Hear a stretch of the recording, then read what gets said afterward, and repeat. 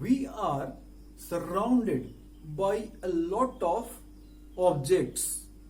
Objects means like this is one object, my ring. Another object I am having with me, this. Another object, see, you identified this? This is, yes, you identified correct. This is magnetic needle or the compass. So the compass or the magnetic needle, the ring, these are two such examples of objects. Now when we talk about the compass needles surrounding this one, this outer covering is made up of what? Of which thing it is made up of? So this is aluminium. You see again. So this is aluminium of which the outer covering is made up of. Now again we talk about the ring. The ring is made up of definitely of gold. So gold is one thing of which the ring is made up of. Aluminium is the thing of which the outer covering of the compass is made up of. So there are two objects. Just in the example, two objects. Now I am putting back this one. So this is one object, ring, and this is made up of gold. So gold is one thing of which this ring is made up of. So there are a lot of objects around us and they are made up of different things.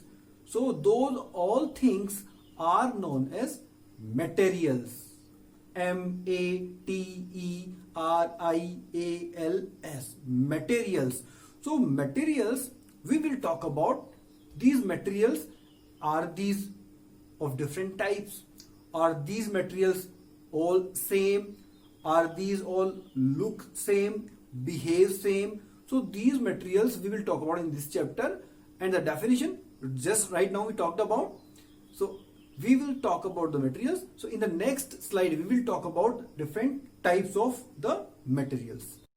The things of which the objects are made are called as materials. जैसे कि हमने बात किसके बारे में, तो यहाँ पर गोल्ड रिंग क्या है? One object. This is one object, an object, and gold a material. So there are a lot of materials around us and we are going to talk about those materials. Examples: gold, iron, coal, sulfur, etc. A lot of materials are in our surroundings. So these are of two types. Generally these are two types: metals and non-metals. First are metals, second are non-metals. But how we can distinguish the materials all around us in these two types? This is the question. How can we distinguish metals and non-metals? In materials को हम metals में और non-metals में distinguish अलग अलग कैसे बांट सकते हैं? So this is our question. So answer is by their properties. Property, उनके गुण, properties कैसी है? तो properties are of two types of the materials. Two types of properties. First is physical properties. Physical properties, ऐसी property जैसे कि अगर मैं बात करूं, जो रिंग है मेरी गोल्ड रिंग, शाइन कर रही है, दिस इज शाइनी, चमक रही है. So this is a physical property. हमें बस देखना है इसको कोई चेंज करके किसी के साथ रिएक्शन करा के पता नहीं लगाना पड़ेगा कि इसमें शाइन है कि नहीं है. ये शाइनी है. सो जस्ट ऑब्जर्व करना without any change, without any chemical change. तो इसको कंपोजिशन हमें गोल्ड का कुछ और करके नहीं पता लगाना पड़ेगा कि इसमें शाइन है कि नहीं है. So these are physical properties. The characteristic of a material that can be observed और मेजर्ड, पता लगा सकते हैं without changing the composition of it.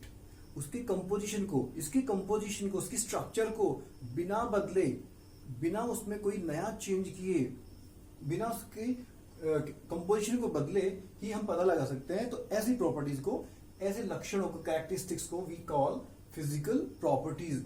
For example, hardness, hard है कि नहीं है. अपीयरेंस, शाइनी, दिखती कैसी है, तो हार्ड है कि नहीं है, वेरी हार्ड नहीं है क्या नहीं है. तो इसके बारे में तो दीज आर. तो we will talk about total 6 physical properties in this chapter about the metals and non-metals in the next sessions. And the second properties on which we talk about the metals and non-metals, the distinguishment between these two. So the chemical properties, the characteristics of a material that can be observed. कौन सी chemical properties होती है? ऐसी characteristics, ऐसी properties जो केवल कब observe की जाती हैं? Observe measured only during a chemical change. कोई केमिकल चेंज होगा तभी पता लगेगा कि हाँ इसमें तो ये केमिकल प्रॉपर्टी है, और only after changing the composition of it. जब केमिकल चेंज होगा तभी तो उसका कंपोजिशन बदल जाएगा, वो कुछ नया बन जाएगा, something very different which was not earlier. So that will be chemical change. So those properties will be known as chemical properties. For example reaction with oxygen. तो ऑक्सीजन के साथ में रिएक्शन जो होती है मेटल्स की, नॉन मेटल्स की, तो जो रिजल्ट होते हैं तब मतलब चेंज आया, एक नया मटेरियल बन गया. So that will be chemical change. तो वो केमिकल प्रॉपर्टीज होंगी. तो we will talk about these both.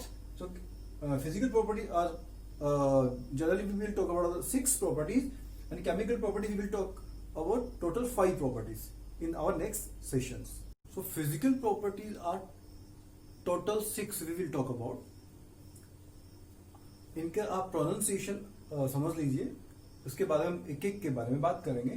First hardness, then lustre, second third malleability, then ductility, then sonority, and then conductivity. This conductivity is of two types, of two things. One is heat, conductivity of heat, and the second one is conductivity of electricity. So these 6 physical properties we will talk about one by one. Physical property number 1 is hardness. So hardness is also divided into 2 parts, very hard and not very hard. Some materials are very hard and some are not very hard. So in this characteristic we talk about that very hard. Generally metals are very hard at room temperature. Room temperature का मतलब उनको अलग से कहीं गर्म नहीं करना पड़ेगा. जो नॉर्मल टेम्परेचर, कहीं कोई ऑब्जेक्ट रखा है जैसे कि अभी जो गोल्ड रिंग है, उसको अलग से कोई गर्म नहीं करना पड़ रहा. रूम टेम्परेचर अभी इस सराउंडिंग में जो टेम्परेचर है उसमें वो वेरी हार्ड. तो metals are generally very hard at room temperature, but in the case of this not very hard. The non metals, generally non metals are not very hard. वो इतने hard नहीं होते. आप picture में देखते जाइए, वहां पर आपको सल्फर और फॉस्फोरस दिखाया गया जो कि पाउडर के फॉर्म में है. That means they are definitely not very hard, but these metals are very hard. Iron, aluminium etc. and their examples are sulfur, phosphorus. So now, but some different things are there, exceptions. All the metals are not very hard. When we talk about generally, means mostly, not all the metals are very hard. Some metals are exceptions. Exception means कुछ ऐसे examples हैं which are metals but still they are not very hard. Metals हैं लेकिन hard नहीं. तो metals क्यों हैं? Due to their other characteristics. So those exceptions we are talking about here. First, sodium and potassium, both these are metals but can be cut with a knife. With a knife they can be cut. इनको काटा जा सकता है. Wow. So you see the video. इनको दोनों को knife से easily काटा जा रहा है और इनके पीसेस बनाए जा सकते हैं. Can you think about the iron? Definitely not. But in the case of sodium and potassium, these both metals are that soft that can be cut with a knife.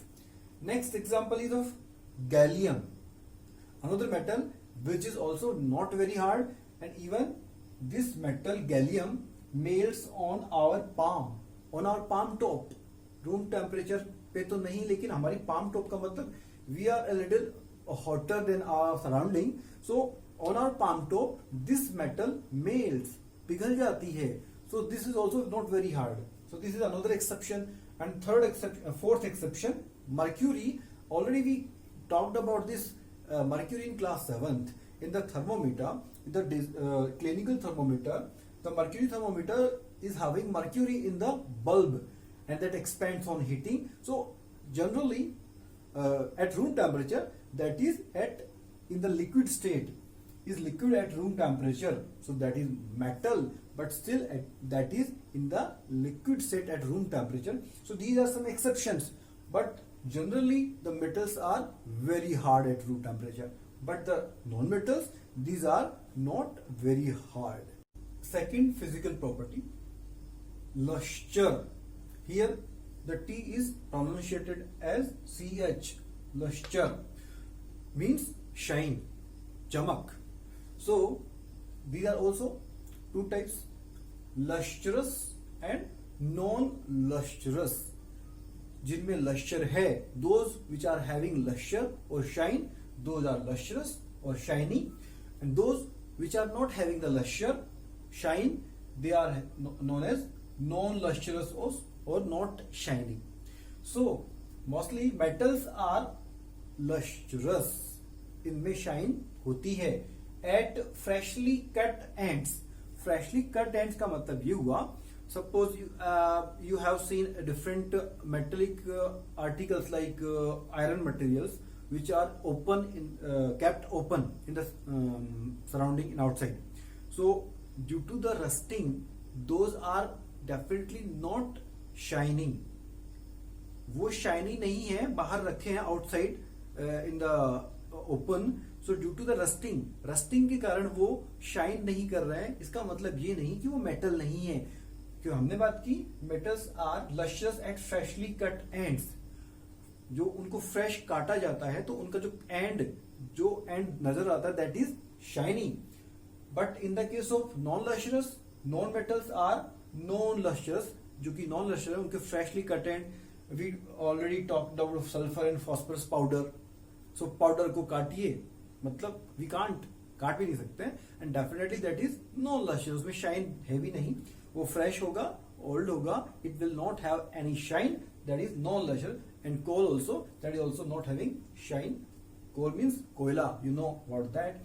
So gold, silver, iron, aluminium are examples of these lustrous metals. You know mercury, that is also lustrous, and you have seen the video of sodium and potassium being cut. Those are also the freshly cut ends. Those are also shining, lustrous. So metals are lustrous and non-metals are generally non-lustrous. Third property is malleability. See the word malleability. The word is made up of two parts, malleable and ability. What is the ability? The ability to be malleable, which is means shaped. Shaped means which can be shaped into different shapes. अलग अलग shape में उसको shape में लाया जा सके by beating. So the definition of the malleability is the property of metals by which they can be beaten into thin sheets.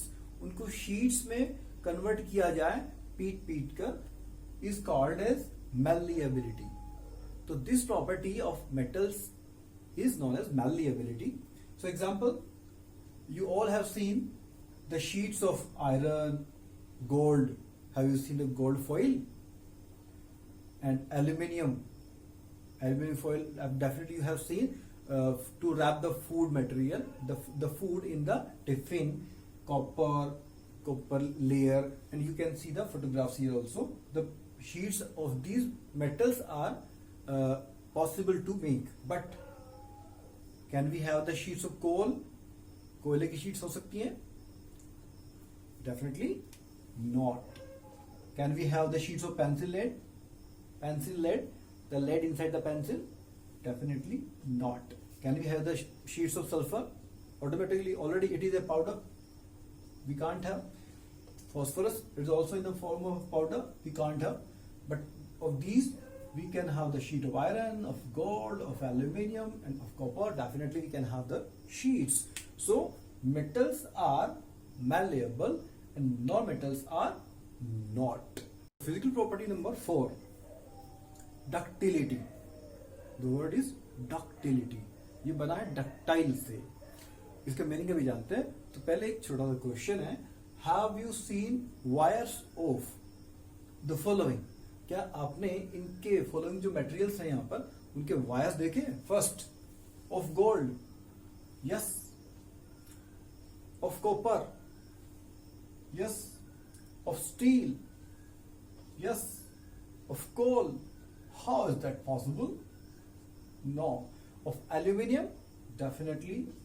Of sulfur, that powder, so it can't be drawn into wires, so definitely not. So which materials are here can be drawn into wires? जिनके wires बन सकते हैं, those are ductile, those are metals. So metals are ductile and non-metals are non-ductile. D for drawn. This is the simple connecting word. Ductility, the definition, the property of metals by which, metals की वो property by which they can be drawn, जिनके कारण they can be drawn into wires, जिनको draw कर सके, खींचा जा सके, उनसे wires बनाए जा सके, is known as ductility. So that is the definition. So that is property number 4. Property number 5, sonority. Sonority. The word is made by the word sono, S-O-N-O. That means sound. Possibly you all have heard the word USG, ultrasonography, or just sonography. Possibly you know the use of that. I'm telling you, if somewhere in our body, in any organ, if some tumor or any abdominal structure is found, or the doctor sees by the diagnosis that some problem is there, so they go for the USG. USG करते हैं हमारी body के organ की, तो वहां पर कोई tumour है तो उसके बारे में, so USG में होता क्या है? Ultrasonography. The word S for sono means sound. So ultrasound waves are sent in that body organ, and those waves are when returning, so they are obtained and the digital image of that organ is made on the screen. So ultrasonography is made is used in the formation of the image of that organ. So very good use na. So ultrasound, these ultrasounds we can't listen, we can't, those are away from our auditory capacity, we can't listen those sounds. So those ultrasounds are used in that. So the word sono means sound. So here in case of metals and non-metals, we are talking about a sonority. So why? So first of all, you listen the different sounds. You just right now you will listen. Wow, these different sounds. Bell in the temple, bell in the school. So these different metals or non-metals, you are listening the sounds of. Some are different, some are something different. Are those all different or same? This were all sounds similar? क्या सब की सब same है? So the answer is no. How? Some are ringing sounds. कुछ sounds ऐसी जो ringing sounds हैं तो दूर तक जाती हैं. Suppose your school bell. If that school bell is made up of wood, then what will happen? Will you be able to listen the sound of your school bell from far if the bell will be made up of wood? No chance. So the bell is made up of metal. Metals produce ringing sound when struck hard. Some are ringing sounds. So these ringing sounds, the materials which are producing these sounds are metals, and others which are not producing the ringing sounds, those are non-metals. Coin, bells, school bells, the temple bells. Can the temple bells be made of wood? The question is here. Temple की bell को wood का बना दिया जाए? Is that okay? No, because the temple, the bell will not produce the ringing sound if it will be made of wood. So it will not go far away. Metals are sonorous. So on the basis of that, metals are sonorous. Example, iron, copper, etc. All these metals. And non-metals are non-sonorous. So on the basis of sonority, the property of producing ringing sounds, metals are sonorous, means they produce ringing sound, and non-metals they do not produce ringing sound, so they are non-sonorous. Examples like wood, definitely.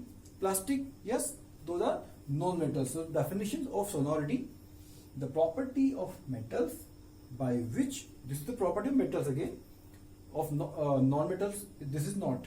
So the property of metals by which they make a ringing sound when struck, जब इनको strike किया जाता है, पीटा जाता है, when struck is known as sonority. So they produce ringing sound. The last physical property of metals and non-metals, that is conductivity. Conductivity of two things, heat and electricity. So we will talk about that. Conductivity of heat first. Heat का conduction कर सकते हैं materials या नहीं कर सकते. So for that, have you seen that in that chapter of plastics, in the third chapter of this book, already you had studied that thermostatic plastic is used to make the handles of the cooking pans like cooker, etc. So cooker handles made of plastic. That's the question. Why? Why is that made of plastic? Why that is not made of the same material of which the cooker is made? Suppose the material is aluminium, so the handle is covered by the plastic. Suppose the cooker is made of steel, the handle is made of plastic. Why? So the answer is no. Why? Because steel or aluminium, what they do? They conduct, steel, if that is steel conducts, or the aluminum that conducts heat from flames to handle. So what will happen? The flames, the heat from the flames will come to the handle, and the person who is handling the handle can be burnt, can be hurt, and can be burnt. So the handle is made up of plastic, not of that material of the cooker. So metals are good conductor of heat. So here aluminium or steel, these are metals, so they conduct heat. Example, steel. Non-metals are insulator, but the non-metal means here we have taken the plastic as the handle. So the plastic, that is insulator. So second, conductivity. Conductivity of heat. After that, conductivity of electricity, of electric current. Can these materials conduct electricity or electric current through them? Can they allow? So for that, in class 6th and 7th we had talked about the making or formation of the electric circuit. 4 components are needed. You have to prepare one electric circuit at your homes. So make a circuit and leave 2 free ends of wire. Wire के 2 ends उसमें free छोड़ देना, because you have to test different materials. आपको अलग अलग different materials को test करना है. Are those conducting the electricity और not. In the guidance of your parents you have to make this electric circuit. That is very easy. Please don't use the mains of your house. Means आपको electric switch boards का इस्तेमाल नहीं करना है. You have to use the battery. Battery जो आती है market से, शॉप से मिल जाती है, आपको उस बैटरी का इस्तेमाल करना. 9 वोल्ट वाली बैटरी ले लीजिए, उसका इस्तेमाल करना आपको. So make a circuit and leave 2 free ends of wire. Then connect. दो ends free छूट गए हैं. In video you can see the things. You have to connect different materials to test. Eraser, divider, pencil lead. The pencil lead which is inside the pencil. Outside it is made up of wood. Inside that is the lead. Pencil lead, and see if the bulb glows or not. Bulb glow करता है या नहीं करता है. In these cases, in the case of eraser, it will glow or not? It will not. In the case of divider, definitely, if the ends both are metals. Pencil lead, if the lead is sharpened on both ends, then the bulb will glow. And this pencil lead, actually this is one exception. In the case of hardness, already we had talked about, there are exceptions. So in this case also, pencil lead is non-metal, but it conducts electricity. So non-metals are also having exceptions. So here pencil lead is conducting the electricity, but it is not a metal. That is one exception of non-metals. So this is conducting, but still it is non-metal. And another things you can test your body. Yes, our body is also very good conductor because there is a lot of water and salts mixed. So metals are good conductor of electricity and non-metals are poor conductors of electricity. So these 6 physical characteristics, physical properties are there to decide which material is a metal and which is a non-metal. Now we will go to the next section. So now story time.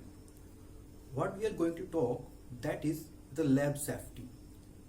When we go in the science laboratory, particularly in the chemistry laboratory, for junior students actually the lab is only one science laboratory, but when we go in higher grades, then we have physics laboratory, chemistry laboratory, biology laboratory. So when we were, particularly me, I'm talking about me myself, when I was studying in college, in my bachelor degree, so I was possibly in second year, and it was the lab work, the practical class was there, and our chemistry teacher, particularly organic chemistry teacher, chemistry is actually divided into 3 parts: organic, inorganic and physical chemistry. So it was the practical period of our organic chemistry. So we were in organic chemistry lab. There were 3 labs of chemistry. Wow. So the lecturer was Mr. Razveer sir. Razveer sir was very strict, very disciplined. Actually, he was very new in that college of ours, but he was very much disciplined and very strict. The teacher should be definitely strict, but he was a little more strict. Okay, so we were doing that activity with the metals and with water. Activity, reaction between the water and metals. So first time we came through that metal reaction with the water. So the lab attendant bhaiya, he was giving us a small piece of sodium. Then a lot of students in our class in that lab, they came to know that when we drop a small piece of sodium in that water basin there, what happens? Definitely you have seen that it reacts very fast. So it jumps and it dances here and there and burns with a lot of heat evolution. बहुत सारी आग लगती है फ्लैम्स के साथ में, वो जलता है सोडियम का piece. So it was a funny thing, and you know a lot of students are in the classes and some are a little more naughty, कुछ थोड़े ज़्यादा सा नोटी होते हैं. तो एक स्टूडेंट था हमारा दोस्त, उसने क्या किया, उसने सम सोडियम पीसेस को एक रफ नोटबुक जो आपकी होती है क्लास में नोट करने के लिए, तो उसका पेपर आपने देखा थोड़ा सा रफ होता है. उस रफ नोटबुक का एक पेपर लिया, क्योंकि बाकी नोटबुक लेकर नहीं जाते, रफ नोटबुक लेकर जाते थे. We used to take with us in the laboratory और in the classes also. So he took some pieces and kept in that rough notebook paper sheet and kept in the pocket of his trousers in the pants. So the class was over, and after that laboratory period we were in the class, and the class was taken by Razveer sir. The theory class भी उनकी ही थी. Razveer sir was in our class, and actually I already know gave you the knowledge that he was very strict and disciplined, very much tight-lipped we were with him. Actually he was not used to talk with us a lot, just he was a chalk and duster person. He used to come in the class using the chalk and duster and explaining everything, but not talking on other terms. Okay, maybe some reasons. Okay, so he was taking the class, he was doing the chalk and board work. Very good teacher was he, very good teacher, very experienced and very knowledgeable teacher. So suddenly what happened, in our class of the college, actually 7 or 8 girls were there. So those used to sit in the front row in the class, and we, the boys, mostly around 30 boys, we used to sit on the hind desks. So, and I was in the third row. In the row next to me, मेरे आगे वाली desk पर boys बैठे थे, उसके आगे वाली पे गर्ल्स बैठी थी, तो उस मिडिल रो पर जो बॉयज बैठे थे, अचानक से suddenly what happened, there was a lot of flames from the pocket of that boy, जिसका नाम मैं बताऊं आपको, उसका नाम था शीशराम। ओके, तो शीशराम की पॉकेट से अचानक से फ्लैम निकली बहुत सारी, और वो चिल्लाया जोर से, सडनली ही क्राइड, ये क्या हुआ, आग जली अचानक से, ये क्या हो गया, sir was also there. Then we came to know all that Shisham has done one big mistake, big blunder. He kept that sodium piece, and actually in the laboratory, when the lab attendant bhaiya used to give us that sodium piece, so he used to take out the sodium pieces from the kerosene. हमने बात की कि kerosene doesn't react with metal. It protects the reaction between metal and oxygen, metal and water. Which metal? Sodium. So when Shishram kept that sodium pieces in the rough sheet paper ने क्या किया, उसके moisture को, उसके kerosene को absorb कर लिया। अब क्या हुआ, मेटल जो पीसेस थे सोडियम के, they were now reacted after some time when the class was going, थोड़ा टाइम हो गया, तो मेटल की पीसेस ने क्या किया, रिएक्शन कर ली ऑक्सीजन के साथ में, क्या हुआ, सोडियम ऑक्साइड बना, खूब सारी हीट का एवोल्यूशन हुआ। तो बहुत बुरा हुआ शीशम के साथ में, it was very dangerous thing. So this should not be done in the laboratory, we should be particular about the chemicals. So that was a accident. उसके बाद में क्या हुआ, लेकिन वो आपको बता नहीं रहा मैं, लेकिन ये एक खतरनाक घटना थी।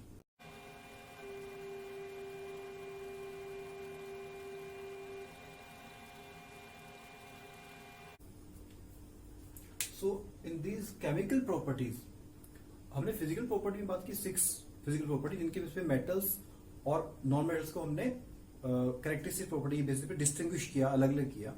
Now we are going to talk about the chemical properties, कि केमिकल प्रॉपर्टी में when a material, a metal और a non metal goes in a reaction, undergoes a reaction and some changes are there, कुछ changes आते हैं, तब metals कैसे behave करते हैं और नॉन मेटल्स कैसे बिहेव करते हैं, उसके बारे में बात करेंगे। तो यहाँ पर 5 प्रॉपर्टीज की बात करेंगे, reaction with oxygen, reaction with water, reaction with acids, reaction with basis, and in the last displacement reactions.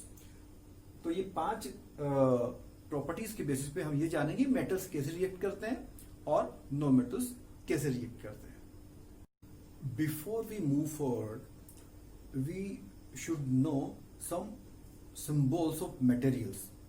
Symbols means in class 6 we started to talk about air, and we started to talk about the air composition. So there are different gases, nitrogen, oxygen and other gases, carbon dioxide, etc. So when we write carbon dioxide, so it takes that much space. Okay, so to shorten it, there are symbols in chemistry, particularly in chemistry, the branch of science. So in chemistry, there are symbols for materials, for metals and non-metals as well. दोनों के लिए symbols हैं। तो कुछ symbols की हम बात कर रहे हैं यहाँ पर, जो कि आपको क्लास 8th के लेवल पे काम आएंगे मोस्टली। बाद में अगर कुछ और ऐड करने की जरूरत पड़ेगी तो हम ऐड कर देंगे।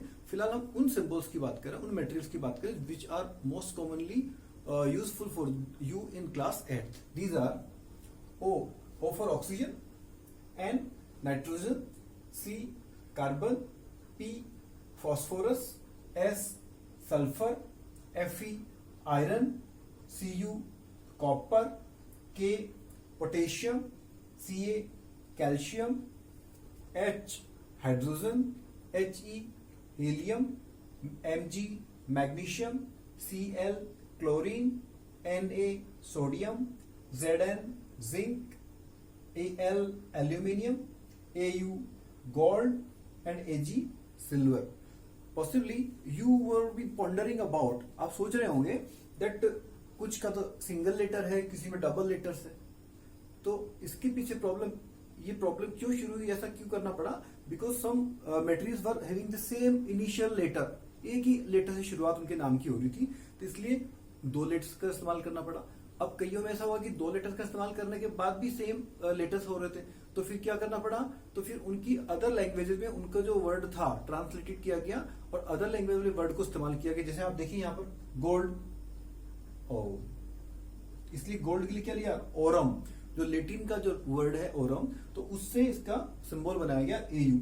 सिल्वर का देखिए एजी, अर्जेंटम से, क्योंकि एस सल्फर में भी होता है, एस सिल्वर में भी है, एस सिलिकॉन में भी होता है, एस आई, तो एस आई इसमें भी, एस एस सिल्वर में भी, सिलिकॉन में भी। So due to that ambiguity और more than that other languages से वर्ड्स को चूज किया गया, फिर उनके इनिशियल लेटर्स को लिया गया। तो ये हमें केमिस्ट्री में, साइंस में मटेरियल्स को शॉर्ट फॉर्म में इजीली एक्सप्रेस करने में काम आते हैं। तो you should learn these symbols definitely. So first chemical property बात करेंगे ऑक्सीजन के साथ में, रिएक्शन विद ऑक्सीजन। तो पहले मेटल्स की बात करेंगे and then we will talk about the non metals की रिएक्शन कैसे होती है ऑक्सीजन के साथ में। मेटल्स की रिएक्शन, तो मेटल्स की रिएक्शन जब ऑक्सीजन के साथ में होती है तो बनता है क्या है, मेटल ऑक्साइड, उस मेटल का ऑक्साइड। जो भी मेटल हो, सपोज आयरन है तो आयरन का क्या बनेगा, ऑक्साइड। लेकिन सभी मेटल्स रिएक्शन करती हैं क्या ऑक्सीजन से? Do all the metals react with oxygen? So for this a simple knowledge we are sharing here. One series is here for you. This series is known as reactivity series of metals. Reactivity series of metals means how does the metal react with the oxygen. So in this, the topmost metal is potassium and the lowest is platinum. So by this series we can understand which is the most reactive metal.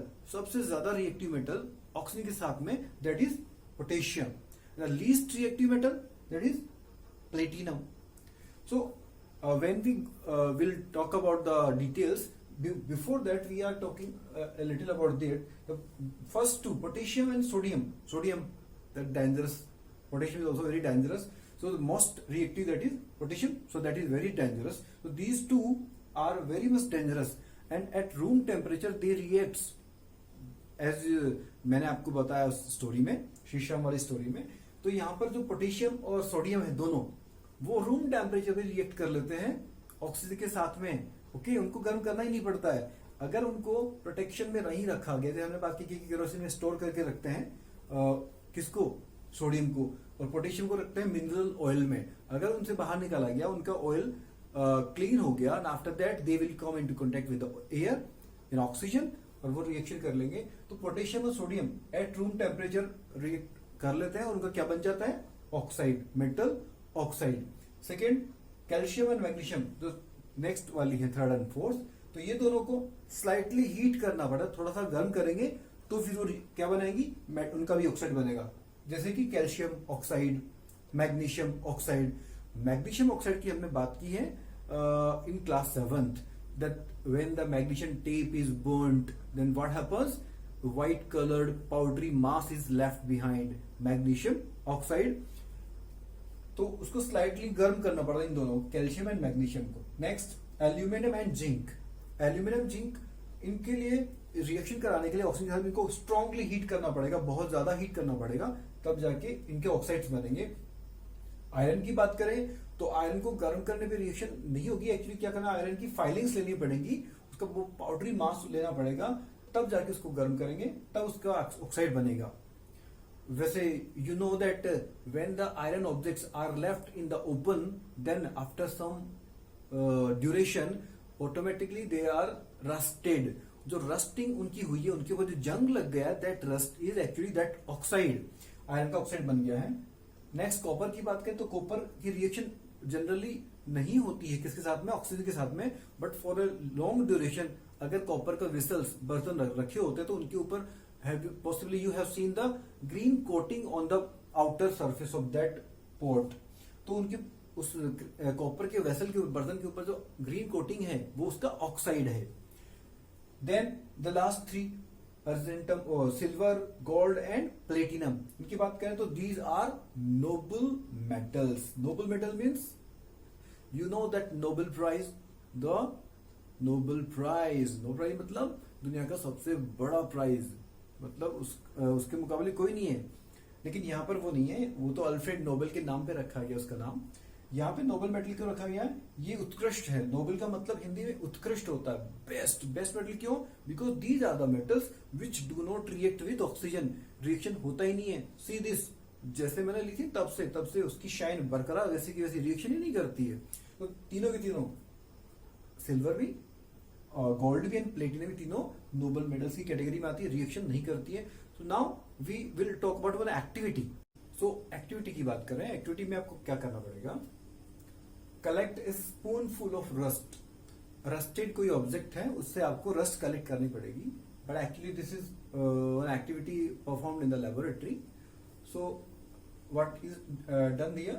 Rust को collect किया जाता है एक spoonful, चम्मच जितना, dissolve in very little water. उसको water में dissolve कर लिया। You can see that in the here presentation. Rust suspension is ready. तो सस्पेंशन बन जाता है, रस्ट सस्पेंडेड रहती है उस पानी में, वाटर में। शेक वेल, उसको अच्छे से वेल अच्छी तरह हिलाते हैं। तो अब वो जो सॉल्यूशन बन गया है, अब उसका क्या करेंगे? टेस्ट करेंगे। किससे? Blue and red litmus paper से। हमने लिटमस पेपर के बारे में class 7th we had talked about that the blue litmus paper changes into red when it is exposed to the in which solution? Acidic solution. And the red litmus paper changes into blue color when it is exposed to the basic solution. So here we have used both blue and red litmus paper, and observation is this: no effect on blue litmus.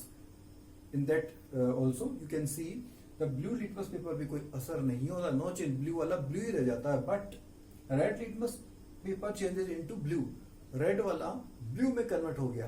इसका मतलब क्या हुआ? कि इसकी nature, जो solution बना है iron की जो रस्ट है, जो कि ऑक्साइड आयरन का, वो आयरन के ऑक्साइड की नेचर कैसी हुई? मेटल ऑक्साइड की नेचर कैसी है? Basic. So all the metals oxide are basic in their nature. इस एक्टिविटी से अपने को ये पता लगता है।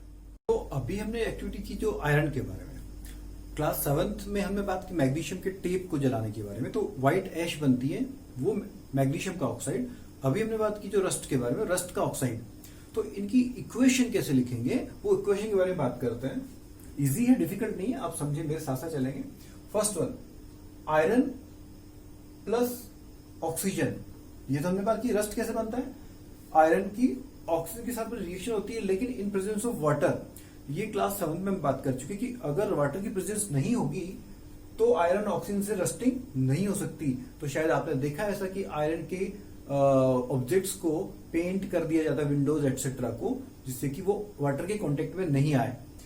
तो आयरन और ऑक्सीजन की रिएक्शन होती है वाटर की प्रेजेंस में, तो बनता आयरन ऑक्साइड, रस्ट, जिसको ये अभी कलेक्ट करने की हमने एक्टिविटी में बात की थी। तो आयरन का जो रस्ट है वो एक्चुअली उसका फॉर्मूला क्या है? Fe2O3। तो हमने नेल से, कील से या किसी रस्टेड ऑब्जेक्ट से जब हमने स्क्रैच किया रस्ट को, तो हमने क्या स्क्रैच किया? आयरन का ऑक्साइड Fe2O3 को हमने स्क्रैच किया। इसकी हमने बात की कि ये ऑक्साइड बना, इसकी नेचर कैसी, केमिकल नेचर हमने टेस्ट किया लिटमस टेस्ट से, that is basic. Magnesium ribbon की बात की। मैग्नीशियम रिबन को जब हम जलाते हैं, ऑक्सीजन की रिएक्शन होती है, मैग्नीशियम के साथ में बनता है MgO, मैग्नीशियम ऑक्साइड। और उसकी नेचर कैसी है, इसको भी चेक करने के लिए क्या करेंगे? व्हाइट ऐश को we will dissolve in a little water, then we will taste with the help of litmus paper. Blue litmus will have no effect on it, but the red litmus paper, it will turn into blue. It will show us that the magnesium oxide is also basic in nature. Again the third one, copper की बात करते हैं। हमने copper के बारे में बात की जब हम रिएक्टिविटी सीरीज की बात कर रहे थे। तो एक्चुअली कॉपर काफी लेस रिएक्टिव है, very less reactive, but for a long time the copper vessels are kept. बर्तन जो कॉपर के होते हैं, तांबे के बर्तन जो होते हैं, वो लंबे समय तक रखने के ऊपर उनके ऊपर एक ग्रीन कलर का कोट चढ़ जाता है। That green coat is due to the reaction of copper with oxygen. तो ये रिएक्शन कैसे होती है, इसकी बात करते हैं। Cu copper plus moist air, copper plus moist air. इसको देखिए पहले, कॉपर की रिएक्शन कैसे होती है? मोइस्ट एयर से। मोइस्ट एयर में मॉइस्चर है, तो एयर में जो मॉइस्चर है उसमें क्या क्या शामिल है? H2O भी शामिल है, CO2 भी शामिल है और O2 भी शामिल है। तो पहले रिएक्शन किसकी होती है? कॉपर की रिएक्शन किसके साथ में होती है? ऑक्सीजन के साथ में, हम ऑक्सीजन की रिएक्शन की बात कर रहे हैं इन दोनों में भी, तो कॉपर और ऑक्सीजन की रिएक्शन से बनता है ऑक्साइड, जैसे कि आयरन का ऑक्साइड बना, मैग्नीशियम ऑक्साइड बना, in the same fashion copper का भी ऑक्साइड बना, सो कॉपर ऑक्साइड। अब कॉपर ऑक्साइड जो है वो इन दो बाकी चीजों से रिएक्शन कर लेता है, मतलब कॉपर की रिएक्शन ऑक्सीजन हुई तो कॉपर ऑक्साइड बन गया। अब ये जो कॉपर ऑक्साइड बन गया ये रिएक्शन करेगा H2O से भी करेगा और ये रिएक्शन करेगा CO2 से भी। तो जब ये CuO copper oxide when it will react with H2O then what will be formed, copper hydroxide. And when this CuO will react with carbon dioxide in the air, then what will happen, it will be the result in form of copper carbonate। तो जो green layer हमें नजर आती है copper के vessels के ऊपर, that green layer is actually mixture of this two chemicals, copper hydroxide and copper carbonate। So this is the result of the copper oxides reaction with H2O and CO2। So in all three examples we talked about that metals react with oxygen and they form the oxides of those, and the chemical nature of the oxides of the metal is basic। ये याद कैसे रखेंगे हम इसको शुरुआत में, क्योंकि आपका ये फर्स्ट ईयर रिएक्शन से 7th में हमने थोड़ी सी बात की और 8th क्लास में थोड़ी सी ज्यादा बात कर रहे हैं। तो आपको एक ट्रिक बताता हूं। हमने बात की मेटल्स एंड नॉन मेटल्स के बारे में। तो जब मेटल नॉन मेटल की बात करते हो पहले किसकी बात करते हैं, मेटल्स की बात करते हैं, सेकंड में बात करते हैं किसके बारे में, नॉन मेटल्स के बारे में। जब हम एसिड्स और बेसिस की बात करते हैं तो हम पहले एसिड की बात करते हैं बाद में बेस की बात करते हैं। अब आप ये समझ लीजिए अभी हम बात कर रहे हैं मेटल्स के बारे में, तो मेटल का जो ऑक्साइड उसकी नेचर कैसी है, बेसिक। एसिड और बेस में बाद वाली नेचर होती है मेटल के ऑक्साइड की। तो अब हम जब हम नॉन मेटल की बात करेंगे तो नॉन मेटल के जो ऑक्साइड अच्छा वो भी ऑक्साइड ही बनाते हैं, रिएक्शन करते हैं जब ऑक्सीजन से, तो उनका भी ऑक्साइड बनता है। तो उसकी केमिकल नेचर कैसी होती है, एसिडिक, फर्स्ट वाला। वाओ, तो ये जस्ट याद रखने के लिए धीरे धीरे, लेकिन जब आप रिएक्शंस को अंडरस्टैंड करेंगे then you will definitely understand that the nature. But in the first try, शुरुआत में आप क्या कर सकते हैं, मेटल के ऑक्साइड्स की नेचर बेसिक और नॉन मेटल के ऑक्साइड्स की nature acidic. So now we will go to the non metals. Now we will talk about the reaction of non metals with oxygen.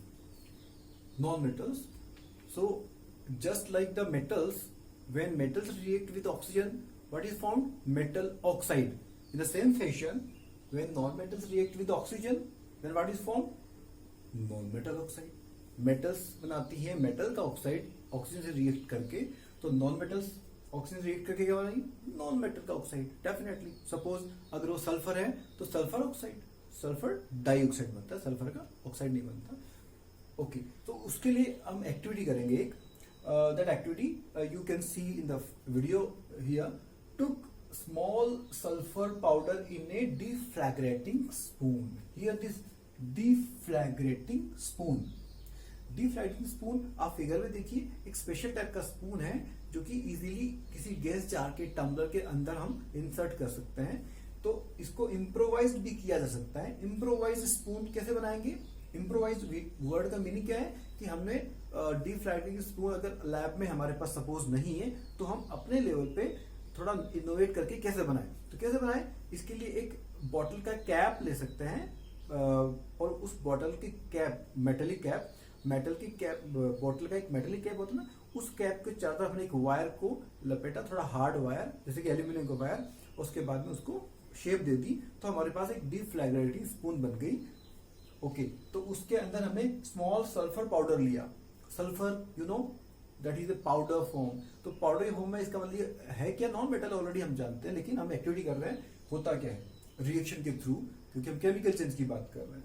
So now after that heated it, हमने उसको गर्म किया sulphur powder को उस डिफ्लैग्रेटिंग spoon के अंदर। Now introduce the spoon into a gas jar. After some time क्या होगा कि उसके अंदर से क्या बनना शुरू हो जाती है, उसके अंदर से उसका जलना शुरू हो जाता है, सल्फर का जलना, मतलब ऑक्सीजन से रिएक्शन करना शुरू कर दिया। तो जैसे जलना शुरू करता है तो what we have done, introduce the spoon into gas jar tumbler when sulphur started burning and covered it. तो हमने गैस जार के अंदर इंसर्ट कर दिया उसको और उसको कवर कर दिया, जिससे कि जो बर्न होने के बाद में जो उसका ऑक्साइड बन रहा है वो अंदर ही रहे, बाहर निकल कर ना चले जाए। Remove the spoon after some time. उसके बाद में थोड़ी देर बाद में जब वो जलना उसका बंद हो गया तो हमने स्पून को निकाल दिया और गैस जार के अंदर क्या भर गई है, नॉन मेटल का ऑक्साइड भर गया है। Okay, added small quantity of water, अब उस गैस जार में हमने थोड़ा पानी डाला एंड शूक वेल, अच्छे से उसको हिला लिया, तो सल्फर का जो ऑक्साइड बना है वो पानी में घुल गया है। अब एक सॉल्यूशन बन गया है, the sulphur dioxide plus water एक सॉल्यूशन बन गया है। इसकी हम इक्वेशन लिखेंगे अभी बाद में। अब उस सॉल्यूशन के हम करेंगे check nature, check the solution with blue and red litmus paper. उसकी नेचर चेक करने के लिए again we will use the litmus paper, blue and red litmus paper. So the observation is blue litmus paper पे का change होगा इस बार। अभी हमने जब मेटल्स की बात की थी तो वहां पर ब्लू लिटमस पेपर का कोई चेंज नहीं हुआ था कलर, लेकिन right now when we are talking about the non metals, तो blue litmus paper changes into red color, but the red color litmus paper, it is not having any change. So blue वाला red में change हो गया, तो ये किसमें होता है? According to knowledge of class 7 हमने बात की थी, तो उसके बेस हमने बात की कि एसिड्स में ऐसा होता है, एसिडिक सॉल्यूशन के अंदर ऐसा होता है। इसका मतलब ये जो सॉल्यूशन बना, सल्फर के ऑक्साइड को हमने जलाया और जो गैस बनी सल्फर डाइऑक्साइड बना, वो इसका मतलब उसकी नेचर कैसी है, बेसिक है कि एसिडिक है। ब्लू से रेड बन गया मतलब एसिडिक है। तो the conclusion is non metal oxides are acidic in nature. Equation की बात करें, इक्वेशन में देखिए सल्फर को हमने जलाया तो रिएक्शन किसके साथ में होती है, ऑक्सीजन के साथ में। जब हम ऑक्सीजन की बात करें मतलब एयर, तो एयर में ऑक्सीजन ही रिएक्ट करती है, तो यहाँ पे सल्फर की रिएक्शन ऑक्सीजन के साथ में हुई, so S plus O2 becomes SO2, sulphur dioxide. ये बना जब जला तो जो अंदर हमने जार के अंदर कलेक्ट किया, it was sulphur dioxide. Then what we have done, we added some water into the jar. हमने इस गैस जार में कलेक्ट जो हो गई थी SO2, उसमें पानी ऐड किया, so SO2 plus H2O, so the formation of sulphurous acid was there. So this is acid जिसका हमने लिटमस टेस्ट किया, जिसमें हुआ क्या था, ब्लू लिटमस पेपर का कलर रेड में हो गया था चेंज। इसका मतलब इट इज एसिडिक, और हम इससे जान ही सकते हैं इसका मतलब क्या होगा, एसिड्स में क्या होता है, here this is S sulphur, तो एसिड्स में क्या होता है, नॉन मेटल। नॉन मेटल्स के ऑक्साइड की नेचर कैसी हुई, एसिडिक। इसका मतलब हुआ एसिड्स में होते हैं नॉन मेटल। और इसके पहले हम मेटल की जब बात कर रहे थे, हमने बात की थी वहां पे बेस बनता है, तो बेसिस में होते हैं क्या, मेटल्स। तो मेटल्स होते हैं, मेटल्स का जो ऑक्साइड होता है उसकी नेचर होती है बेसिक, और नॉन मेटल्स के ऑक्साइड की नेचर होती है एसिडिक। इसको हम ऐसे भी बोल सकते हैं क्या, कि एसिड्स में होते हैं नॉन मेटल और बेसिस में होते हैं मेटल। तो इसके लिए एक टेबल की बात करते हैं नेक्स्ट स्लाइड में। Metals and non metals in acids and bases. So here these are the bases and these are the acids. The first one, calcium hydroxide. The formula is CaOH whole twice. So in the base what is found, अभी हमने बात की कि basis में होते हैं metals की non metals, okay metals, तो यहाँ पे लिखा ऑलरेडी मेटल लिखा भी है, तो मेटल कौन सा इसमें अब बताएंगे, calcium. This is calcium is the metal here.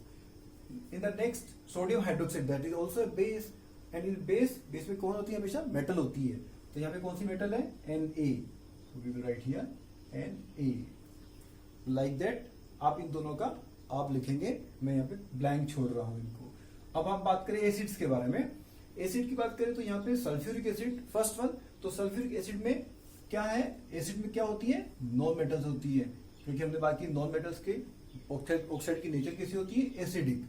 Non metals के ऑक्साइड की नेचर एसिडिक, इसलिए एसिड में क्या होता है, नॉन मेटल। तो फर्स्ट एसिड के एग्जांपल की हम बात करें यहाँ पर, जैसे कि सल्फ्यूरिक एसिड, तो इसमें जो नॉन मेटल है वो कौन सा है, हमने सल्फर पाउडर जलाने की बात की थी ना, this one S sulphur. Second one nitric acid HNO3, तो इसमें जो नॉन मेटल की हम बात कर रहे हैं वो है N, नाइट्रोजन। लाइक दैट यहां पर Cl हाइड्रोक्लोरिक एसिड में, दैट इज HCl में हो गया क्लोरीन Cl। और लास्ट में भी कार्बोनिक एसिड में, इसमें क्या होगा, H2CO3 में नॉन मेटल, वो आपको खुद से लिखना है। ओके, तो that is about the reaction with oxygen of metals and non metals. हमने इसमें ये जाना कि मेटल्स और नॉन मेटल्स दोनों रिएक्ट करते हैं, और जब मेटल्स रिएक्ट करते हैं ऑक्सीजन के साथ में तो बनाते हैं ऑक्साइड, और नॉन मेटल भी रिएक्शन करते हैं तब भी ऑक्साइड बनाते हैं। लेकिन खास बात क्या difference is that metal oxides are basic in nature and non metal oxides are acidic in nature. तो that is about the first chemical properties of metals and non metals. Second property metals and non metals की chemical property वो है reaction with water. Reaction with water, water का formula H2O। तो H2O के साथ metals and non metals कैसे react करती हैं, उसके लिए हम एक्टिविटी करेंगे,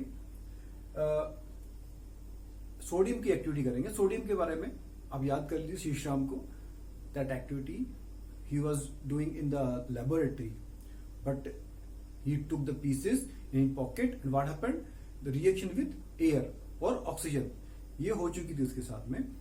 लैब में क्या कर रहे थे, वाटर के साथ रिएक्शन कर रहे थे। तो वाटर वाली रिएक्शन हम कर रहे हैं, अभी देख रहे हैं।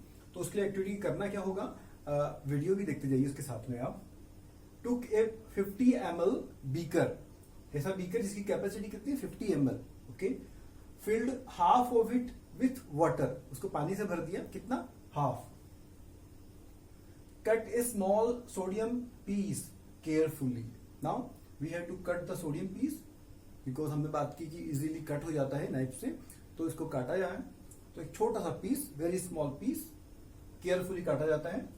Then dropped into the water, उसको वाटर में ड्रॉप कर दिया गया। आप वीडियो देखिए, व्हाट इज हैपनिंग, ऑब्जर्वेशन। हमें दूर रहना लेकिन उससे ऐसे मामले में, because it is very vigorous reaction. So Na reacts vigorously with H2O. So sodium metal reacts very fast. Vigorously means very fast, तेजी से रिएक्ट करती है। अब हमने अगर टच किया, टच द बीकर, इस बीकर को हम टच करके देखेंगे तो क्या होगा, इट इज हॉट, गर्म हो गया। इसका मतलब क्या हो, बहुत सारी हीट निकली है इस रिएक्शन के दौरान, कुछ नया बना है, बहुत सारी हीट निकली है, केमिकल चेंज हुआ इसका मतलब, क्योंकि हम केमिकल प्रॉपर्टीज की बात कर रहे हैं। नया सब्सटेंस बनेगा, केमिकल कंपोजिशन चेंज हो गया। Tested a lot of heat is evolve, वो गर्म हो गया मतलब a lot of heat evolve हुई है, निकली है, बाहर आई है। So tested it with litmus paper. अब जो सॉल्यूशन बीकर में बचा उसको चेक करेंगे उसकी नेचर के लिए। तो नेचर के लिए चेक करने के लिए क्या करेंगे, लिटमस पेपर का इस्तेमाल करेंगे, blue and red litmus paper का इस्तेमाल करेंगे। तो ब्लू लिटमस पेपर जब हम डिप किया तो देयर इज नो चेंज, मतलब वो एसिडिक नहीं है। Then red litmus paper it changes into blue colour, इसका मतलब इस सॉल्यूशन की नेचर भी कैसी है, जब हमने बात की थी मेटल्स के ऑक्साइड्स के बारे में, तो सेम वही कहानी यहां पर भी है, nature is basic. So result क्या रहा इस एक्टिविटी का, क्योंकि हमने मेटल की बात की, सोडियम की बात की। सो metals react with water generally, not all, सभी नहीं करती, लेकिन सोडियम और पोटेशियम की अगर बात करें, पोटेशियम तो मोर रिएक्टिव होती है, वो तो मोस्ट रिएक्टिव है मेटल्स की। हमने रिएक्टिविटी सीरीज की बात की थी, वो सबसे टॉप पे थी, इसका मतलब वो इन मेटल्स में सबसे ज्यादा रिएक्टिव थी। तो वो ज्यादा रिएक्टिव होती है, इसका हमने इसलिए उसका इस्तेमाल नहीं किया, हमने मेटल में सोडियम की बात की। Reactive water and basic solution बनता है। सोल्यूशन कैसा बना, बेसिक। तो मेटल्स रिएक्ट करती हैं वाटर के साथ में, कुछ तो बहुत स्लो करती है। हम आयरन की बात करें, आफ्टर लॉट ऑफ टाइम, महीनों के बाद में रस्टिंग शुरू होती है, जंग लगने लगती है, तो टाइम लगता है उसमें काफी सारा।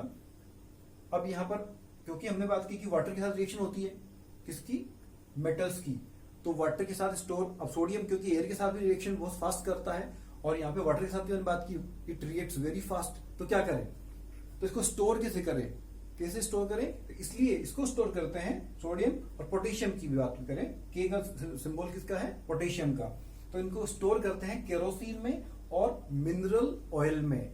केरोसिन और मिनरल ऑयल किससे प्राप्त होते हैं, पेट्रोलियम से। पेट्रोलियम की जब रिफाइनिंग की जाती है तो दोनों अलग अलग फ्रैक्शंस के फॉर्म में बनते हैं, तो ये दोनों में इन दोनों को स्टोर किया जाता है। आप अगर मार्केट से परचेज करेंगे, अब देखिए फिगर में आपको दिखाया गया है, वीडियो में आपको दिखाया गया that these two are used for the storing of these two metals because these two are inert, ये रिएक्ट नहीं करते हैं, ओके। और ये किसके कांटेक्ट में नहीं आने देते थे, एयर और वाटर के कांटेक्ट में भी नहीं आने देते इन दोनों को, तो इसलिए इन दोनों को रखा जाता है केरोसिन में या मिनरल ऑयल में। लेकिन नॉन मेटल्स की बात करें तो वाटर के साथ reaction, there is actually no reaction with water, generally non metals do not react with water. तो इसका एक फायदा है, इसका एक बेनिफिट है क्या, फॉस्फोरस हमने बात की थी, we talked about sulphur with in terms of the reaction with oxygen. तो हमने सल्फर की बात की थी, डीफ्लैग्रेटिंग स्पून में हमने बात की थी, उसको जलाया जाता है, then the water is dissolved in that SO2, उसके बाद में इसकी नेचर चेक की जाती है। तो सल्फर की तरह ही फॉस्फोरस उससे भी ज्यादा रिएक्टिव होता है एयर में। अब एयर से रिएक्टिव, लेकिन हम बात कर रहे हैं यहाँ पर नॉन मेटल्स वाटर से रिएक्ट नहीं करते हैं।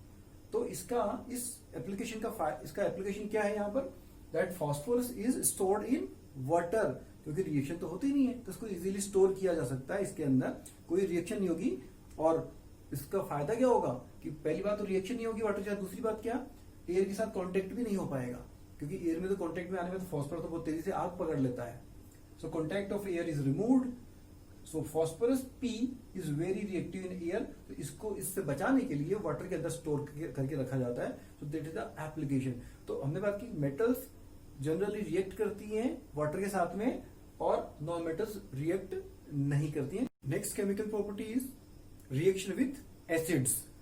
एसिड बेसिस सॉल्ट्स की हमने बात की थी in class 7th। So acids which are taste giving as sour, जो खट्टे होते टेस्ट में। So those here we are talking about the mineral acids which are dangerous to us. So for that हम मेटल्स और non metals की reaction acids का कैसे होती है इसके बारे में बात करने जा रहे हैं।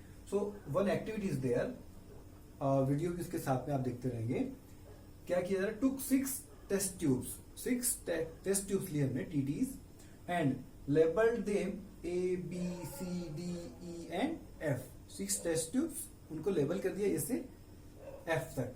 Now added 5 ml HCl hydrochloric acid, this is hydrochloric acid, 5 ml of this in each test tube, हर एक टेस्ट ट्यूब में 5 ml HCl हमने ऐड कर दिया है। एंड पुट सैंपल्स ऑफ, और हर एक टेस्ट ट्यूब में हमें क्या डालना है, ये सैंपल्स हैं। मैग्नीशियम रिबन की हमने बात की थी, सो मैग्नीशियम पीस, एल्यूमिनियम फॉइल का एक छोटा सा पीस, आयरन की फाइलिंग, कॉपर की टर्निंग्स, चारकोल कोयले का पाउडर एंड सल्फर पाउडर। तो दीज हर एक में हमने ए में डाला मैग्नीशियम, बी में एल्यूमिनियम, सी में आयरन, डी में कॉपर, ई में कार्बन चारकोल कोयला एंड एफ में सल्फर। तो सैंपल्स डाल लिए, तो हमने ऑलरेडी एसिड डाल दिया था उसमें। अब हम ऑब्जर्व करेंगे what happens in these 6 test tubes. So observation के दौरान अब देखना हमें ये कि ये जो एसिड डाला था हमने, तो अगर कोई रिएक्शन होती है it can be dangerous to us, so इसलिए we have to be safe, so we should keep our face away from those test tubes. So observation in A and B, जिसमें हमने लिया था, A में हमने लिया मैग्नीशियम, B में हमने लिया एल्यूमिनियम, इन दोनों टेस्ट ट्यूब्स में क्या हुआ, बबल्स स्टार्टेड इवॉल्विंग, बबल्स आना शुरू हो गए। इसका मतलब ये हुआ कि वहां पर कोई केमिकल रिएक्शन हो रही है, chemical change is happening there, क्योंकि और बबल्स आ इसका मतलब कोई गैस बन रही है। But in rest 4 in C, D, E and F there is no change, कोई चेंज नहीं आया, कोई गैस नहीं बनी, no bubbles evolution is there. इसका मतलब वहां पे कोई केमिकल चेंज नहीं हो रहा। तो इसको फर्दर देखने के लिए हमने क्या किया, हीटेड दीज 3 टेस्ट ट्यूब, बाकी जो बच गई, सॉरी नॉट 3 4, बाकी जो 4 बच गई है उनको क्या किया हमने, हीट किया। और उसके बाद में ऑब्जर्व किया, तो अब हमने देखा कि C में, जिसमें आयरन लिया था हम लोगों ने, थर्ड वाली में आयरन, तो उसमें भी बबल्स बनना शुरू हो गए। इसका मतलब उसमें भी केमिकल चेंज आना शुरू हुआ, लेकिन हीट करने के बाद भी in the rest D, E and F, in these last 3, जिसमें कॉपर लिया था, then carbon charcoal and sulphur, उन तीनों में ही कोई रिएक्शन नहीं हो रही, नो चेंज इज देयर। तो कंक्लूजन ये निकला कि A, B और C जिसमें बबल्स बने हैं उसमें वह केमिकल चेंज हुआ है, उन 3 TTs में, टेस्ट ट्यूब्स में। और बबल्स का मतलब गैस बनी है, एक गैस इज फॉर्म्ड। अब वो गैस कौन सी बनी है, इसको चेक करने के लिए एक क्या करते हैं, ब्रॉट ए बर्निंग कैंडल और बर्निंग मैच स्टिक लेकर आता है near the mouth of the test tube. अब वीडियो में देखिए तो क्या होता है, a pop sound is heard. Pop sound कैसी होती है, इस वाली pop sound. So this pop sound is there, heard in these 3 test tubes mouth, इनके माउथ के पास में। इसका मतलब क्या हुआ, एक गैस निकल रही, लेकिन अब वो गैस कौन सी है, इसके जानने के लिए एक कैरेक्टरिस्टिक प्रॉपर्टी होती है पॉप साउंड। किसकी होती है, हाइड्रोजन गैस की। तो हाइड्रोजन गैस जब भी जलती है पॉप साउंड के साथ जलती है, तो जितनी बार भी उस टेस्ट ट्यूब से जितने वो गैस निकलती रहेगी, आप जितनी बार लेकर आएंगे द बर्निंग मैच स्टिक और the candle, it will burn with the sound of pop again and again. So you can hear a pop song like that, pop pop pop like that. So hydrogen gas goes out, वो तो gas है, it goes outside. तो test tube में कुछ बचता है, yes, test tube में एक सॉल्यूशन बचा है, and that solution is a salt solution. Salt solution, acid, bases, salt. तो salt solution बचता है, तो कौन सा salt solution बचता है? So we will talk about that. सो ये जो रिएक्शन हुई, इसकी इक्वेशन लिखेंगे तो उससे जानेंगे कि सॉल्ट सोल्यूशन कौन सा बनता है। इक्वेशन की बात करें तो टेस्ट ट्यूब ए में हमने मैग्नीशियम मेटल ली थी, तो मैग्नीशियम का symbol Mg plus HCl becomes, reaction हुई, हमने गैस बनते हुए देखी, गैस ऊपर जाते हुए देखी, hydrogen gas H2, it goes upside, ये एरो मार्क है, it shows that the gas goes upside, ऊपर की तरफ निकल जाती है। But in the test tube itself क्या बचता है, एक सॉल्यूशन बचता है, and that is salt MgCl, magnesium chloride, एक सॉल्ट बच गया है। अब ये रिएक्शन में हुआ क्या, मैग्नीशियम जो मेटल थी उसने HCl एसिड में जो H है इसको हटाकर इसकी जगह पे खुद आ गई, देखो MgCl, ऐसा हुआ ना। तो मैग्नीशियम मेटल ने हाइड्रोजन को रिमूव कर दिया, magnesium Mg removed H from HCl, इसलिए हाइड्रोजन गैस बाहर निकल गई है। Okay, now in test tube B aluminium की बात करते हैं, एल्यूमिनियम प्लस HCl, यहां पर एल्यूमिनियम मेटल है, यहां भी रिएक्शन हुई, हमने बात की बबल्स बनते हैं हाइड्रोजन गैस के, तो यहां एल्यूमिनियम रिमूव किसको किया, यहां भी H को रिमूव किया, तो AlCl3 बन गया एक salt aluminium chloride, plus H2 gas, यहां पर भी बबल्स के फॉर्म में इट गोज अपसाइड, तो रिएक्शन हुई। And in the third test tube जिसमें हमने आयरन फाइलिंग्स लिए, यहां पे क्या हुआ, आयरन प्लस HCl, आयरन ने H को रिमूव कर दिया और बन गया FeCl3, Fe H को हटाकर Cl के साथ कनेक्ट हो गया, तो FeCl3 बन गया, प्लस हाइड्रोजन गैस रिमूव हो गई। अब इन तीनों की रिएक्शन तो आपको ये समझ में आई, तीनों में हाइड्रोजन गैस बनती है और रिमूव हो गई, वो रिमूव होने के कारण हाइड्रोजन गैस को रिमूव किया मेटल्स ने। लेकिन टेस्ट ट्यूब E और F, उनमें तो रिएक्शन बिल्कुल भी नहीं हुई, क्योंकि हमने कार्बन लिया और सल्फर लिया, कोई रिएक्शन, इसका मतलब no change, no gas evolution, इसका मतलब नॉन मेटल्स, वो दोनों क्या है, non metals. So non metals do not react with acids, तो नॉन मेटल्स रिएक्शन नहीं करती एसिड्स के साथ। तो फिर मेटल्स, ये जो metals magnesium, aluminium, iron, these are metals, so these are reacted, so metals react with acids and form, क्या बनाती है, H2 गैस बनाती है और सॉल्ट बनाती है। तो ये तो तीनों सॉल्ट्स हैं और ये हाइड्रोजन गैस। सॉल्ट हर बार अलग अलग बना, HCl में तो Cl है लास्ट वाला, वो तो तीनों में Cl है क्लोराइड वाला पार्ट, तो लेकिन फर्स्ट वाला पार्ट ये निकल गया है, तो इसकी जगह पे मेटल आई है, तो मेटल वाला पार्ट जुड़ गया है, तो सॉल्ट अलग अलग तरह का बना हर बार। अब हम बात करें डी के बारे में, टेस्ट ट्यूब डी में हमने लिया कॉपर। कॉपर की हम in this chapter we are talking about the copper metal है, copper is a metal, shine भी होती है उसमें, तो अब मेटल है लेकिन ये रिएक्शन नहीं कर रही है, इसके पीछे कारण की बात करेंगे, a metal but no reaction with the acid, hydrochloric acid का रिएक्शन क्यों नहीं हो रही है, तो इसके पीछे कारण ये है कि copper is less reactive than hydrogen H। हमने बात की कि मेटल रिमूव करती है हाइड्रोजन को एसिड में से, अब मेटल कब रिमूव कर पाती है, जब वो हाइड्रोजन से ज्यादा रिएक्टिव हो, वो ज्यादा कनेक्ट हो सकती है Cl के साथ में, तब तो रिमूव कर पा रही है। लेकिन कॉपर के सिलसिले में क्या हो रहा है, कॉपर लेस रिएक्टिव है हाइड्रोजन के मुकाबले, तो कॉपर जब रिएक्शन में Cu प्लस HCl जब हम कर रहे हैं कि HCl के अंदर में Cu डाला है, तो रिएक्शन क्यों नहीं हो रही है, क्योंकि कॉपर जो है ये Cu ये H को यहां से हटा ही नहीं पाती है, बेचारी कमजोर है तो हटा नहीं पाती है, तो HCl का जो बॉन्ड है वो टूट नहीं पाता है, इसलिए रिएक्शन नहीं हो पाती है, तो वहां पे हाइड्रोजन गैस नहीं बनती और सॉल्ट भी नहीं बनता, तो रिएक्शन नहीं होती, चेंज नहीं आता। So that is the reason behind no reaction of copper and hydrochloric acid. तो HCl की रिएक्शन की हमने बात की, तो 3 मेटल से उसने रिएक्शन की। अब अगर हम बात करें उसकी जगह पे बदल दें एसिड को, HCl की जगह पे हम रख लें H2SO4, मतलब हाइड्रोक्लोरिक एसिड की जगह पे सल्फ्यूरिक एसिड। तो अब रिएक्शन कैसी होगी इसकी बात करते हैं। ओके, सो इक्वेशन की बात करते हैं। सल्फ्यूरिक एसिड H2SO4 ले लिया HCl की जगह पर, सो Mg प्लस H2SO4। तो Mg ने रिप्लेस कर दिया, देखिए यहां पर हाइड्रोजन को रिप्लेस कर दिया है, रिमूव कर दिया है, निकल गई हाइड्रोजन गैस। सो MgSO4 की बॉन्डिंग फिर से हो गई है यहां पर, तो फिर से बन गया salt and hydrogen gas is getting evolved out. Second, aluminium plus H2SO4 becomes Al2SO4 whole thrice plus H2.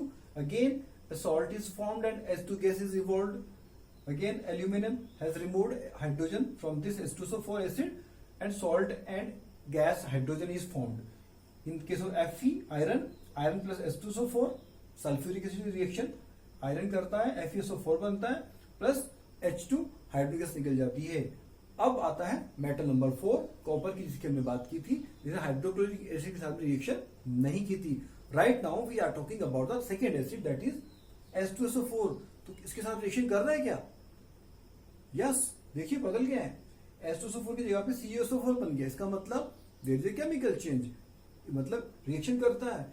तो मेटल कॉपर ने रिएक्शन कर ली है सल्फ्यूरिक एसिड के साथ में, और देखिए CaSO4 बन गया, हाइड्रोजन गैस निकल गई है। वाओ, ये कैसे हो गया?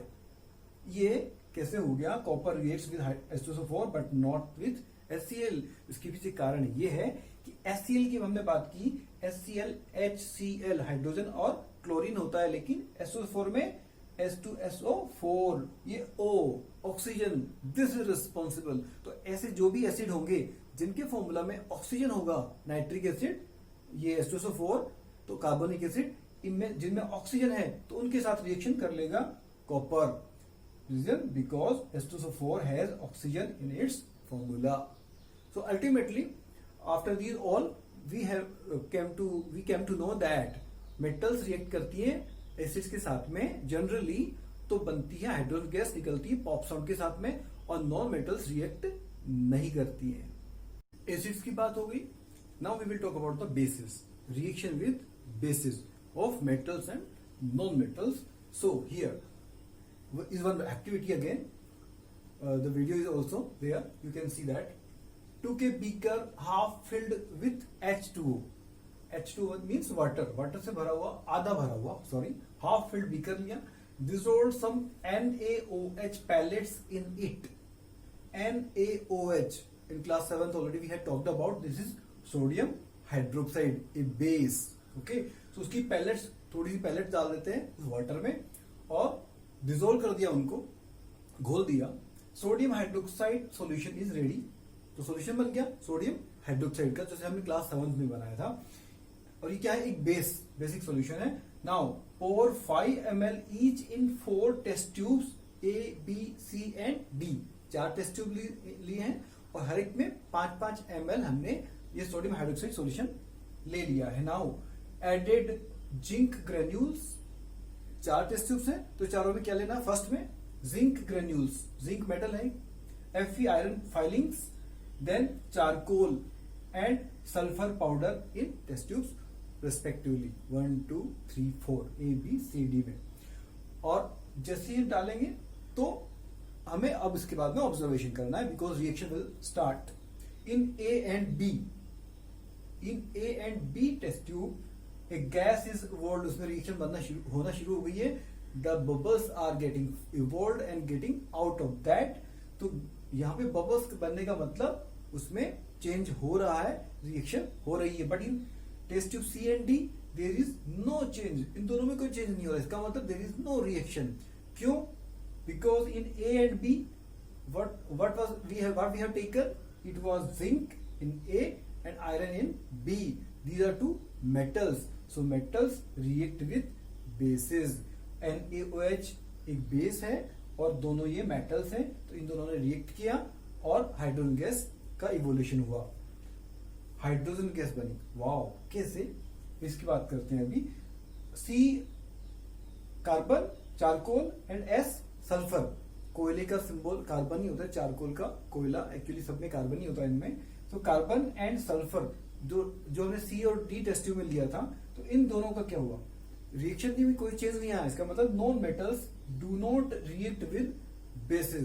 तो ये रिएक्शन जैसे हमने बात की एसिड्स के साथ, तो वैसे ही बेसिस के साथ भी नॉन मेटल्स रिएक्शन नहीं करती हैं। अच्छा, हम बात की अभी बात की बेसिस के साथ रिएक्शन करती है मेटल्स, तो गैस बनती है, गैस का इवोल्यूशन होता है। तो विच गैस इज दैट? सो हमने बात की थी जब एसिड्स के बारे में, तो गैस की प्रॉपर्टी को जानने के लिए विच गैस इज दैट, हमने क्या किया था, we have brought a burning matchstick or a candle. So in the same fashion, this time also we have to bring the burning matchstick to the mouth of the test tubes A and B, because in C and D वहां तो reaction हो ही नहीं रही है। So in the case of A and B, when we have brought this matchstick, what is happening? The gas burns with pop sound again. Again the pop sound is there. It means the gas is hydrogen. So that is all about the basis and reaction with metals and non-metals। का मतलब metals react करती हैं, non-metals reaction नहीं करती हैं basis के साथ में। Now we will talk about the last property, chemical properties of metals, that is displacement reaction। displacement reaction में this first part, this means away and place means place। तो किसी के प्लेस को वहां से दूर कर दिया जाए, उसकी जगह पे कोई और आ जाए। इसके बारे में एक छोटा सा एग्जांपल देता हूं। Possibly you all have seen that Chhota Bheem cartoon, okay, और दैट डोरेमोन।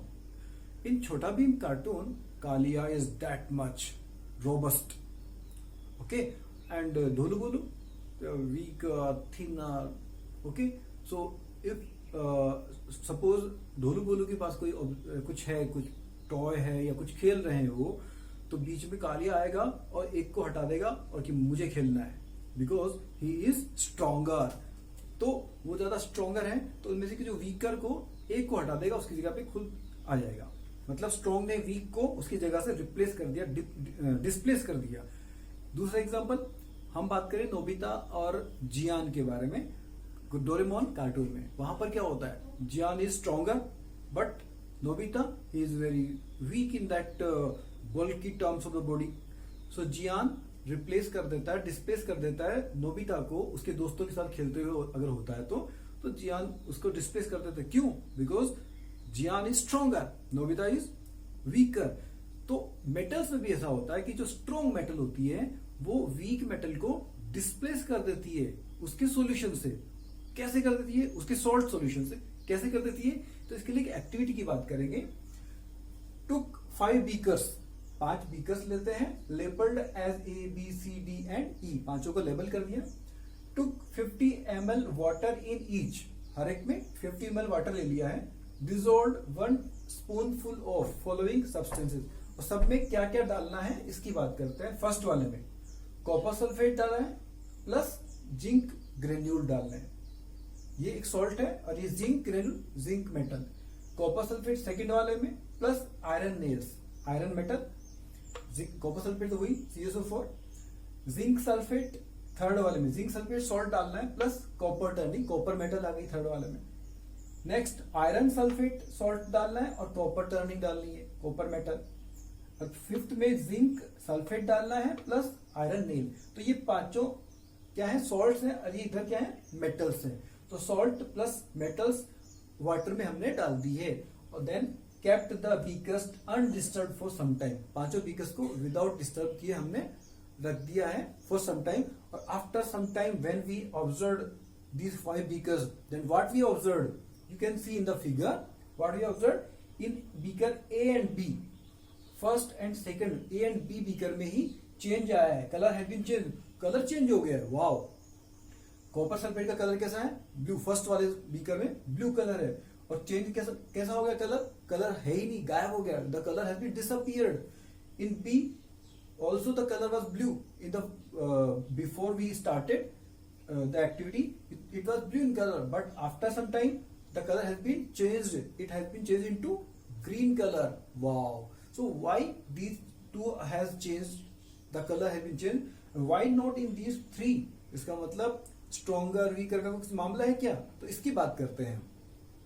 तो पांचों बीकर की रिएक्शंस की इक्वेशन लिख लेते हैं हम लोग। फर्स्ट बीकर ए में हमने ब्लू कलर का सॉल्यूशन लिया था, तो वो क्या है, कॉपर सल्फेट, इसका फॉर्मूला CuSO4, डाली थी हमने जिंक मेटल उसमें। तो वो आफ्टर सम टाइम क्या हो गया, ऑब्जर्वेशन देखा हमने, उसका कलर चेंज हो गया है। क्या हो गया, कलर ही नहीं है, it is colourless. Okay, second beaker में हमने ब्लू कलर का कॉपर सल्फेट लिया, Fe मेटल डाली है, उसका भी कलर चेंज हो गया है, वो ब्लू से ग्रीन हो चुका है। वाओ, मतलब केमिकल चेंज हुआ। नाउ हियर कलरलेस हमने जिंक सल्फेट लिया था, उसके अंदर कॉपर मेटल की टर्निंग डाली थी और चेंज हुआ कलर ना, जैसा कलर था, मतलब कलरलेस था ना, तो कलरलेस ही है, मतलब चेंज नहीं हुआ। इन डी बी का FeSO4 लिया था, आयरन सल्फेट और कॉपर उसमें डाला था हमने, आयरन सल्फेट का कलर कैसा है, ग्रीन, रिजल्ट क्या है, ग्रीन ही है, इसका मतलब there is no change in this also. And in the last beaker zinc sulphate लिया हमने, कलरलेस, हमने मेटल कौन सी डाली है इसमें, आयरन फाइलिंग्स डाली है, आयरन की नेल भी डाल सकते हैं। So after some time there is no change. Zinc sulphate लिया था, कलरलेस, कलरलेस ही, इसका मतलब जिंक सल्फेट ही रहा।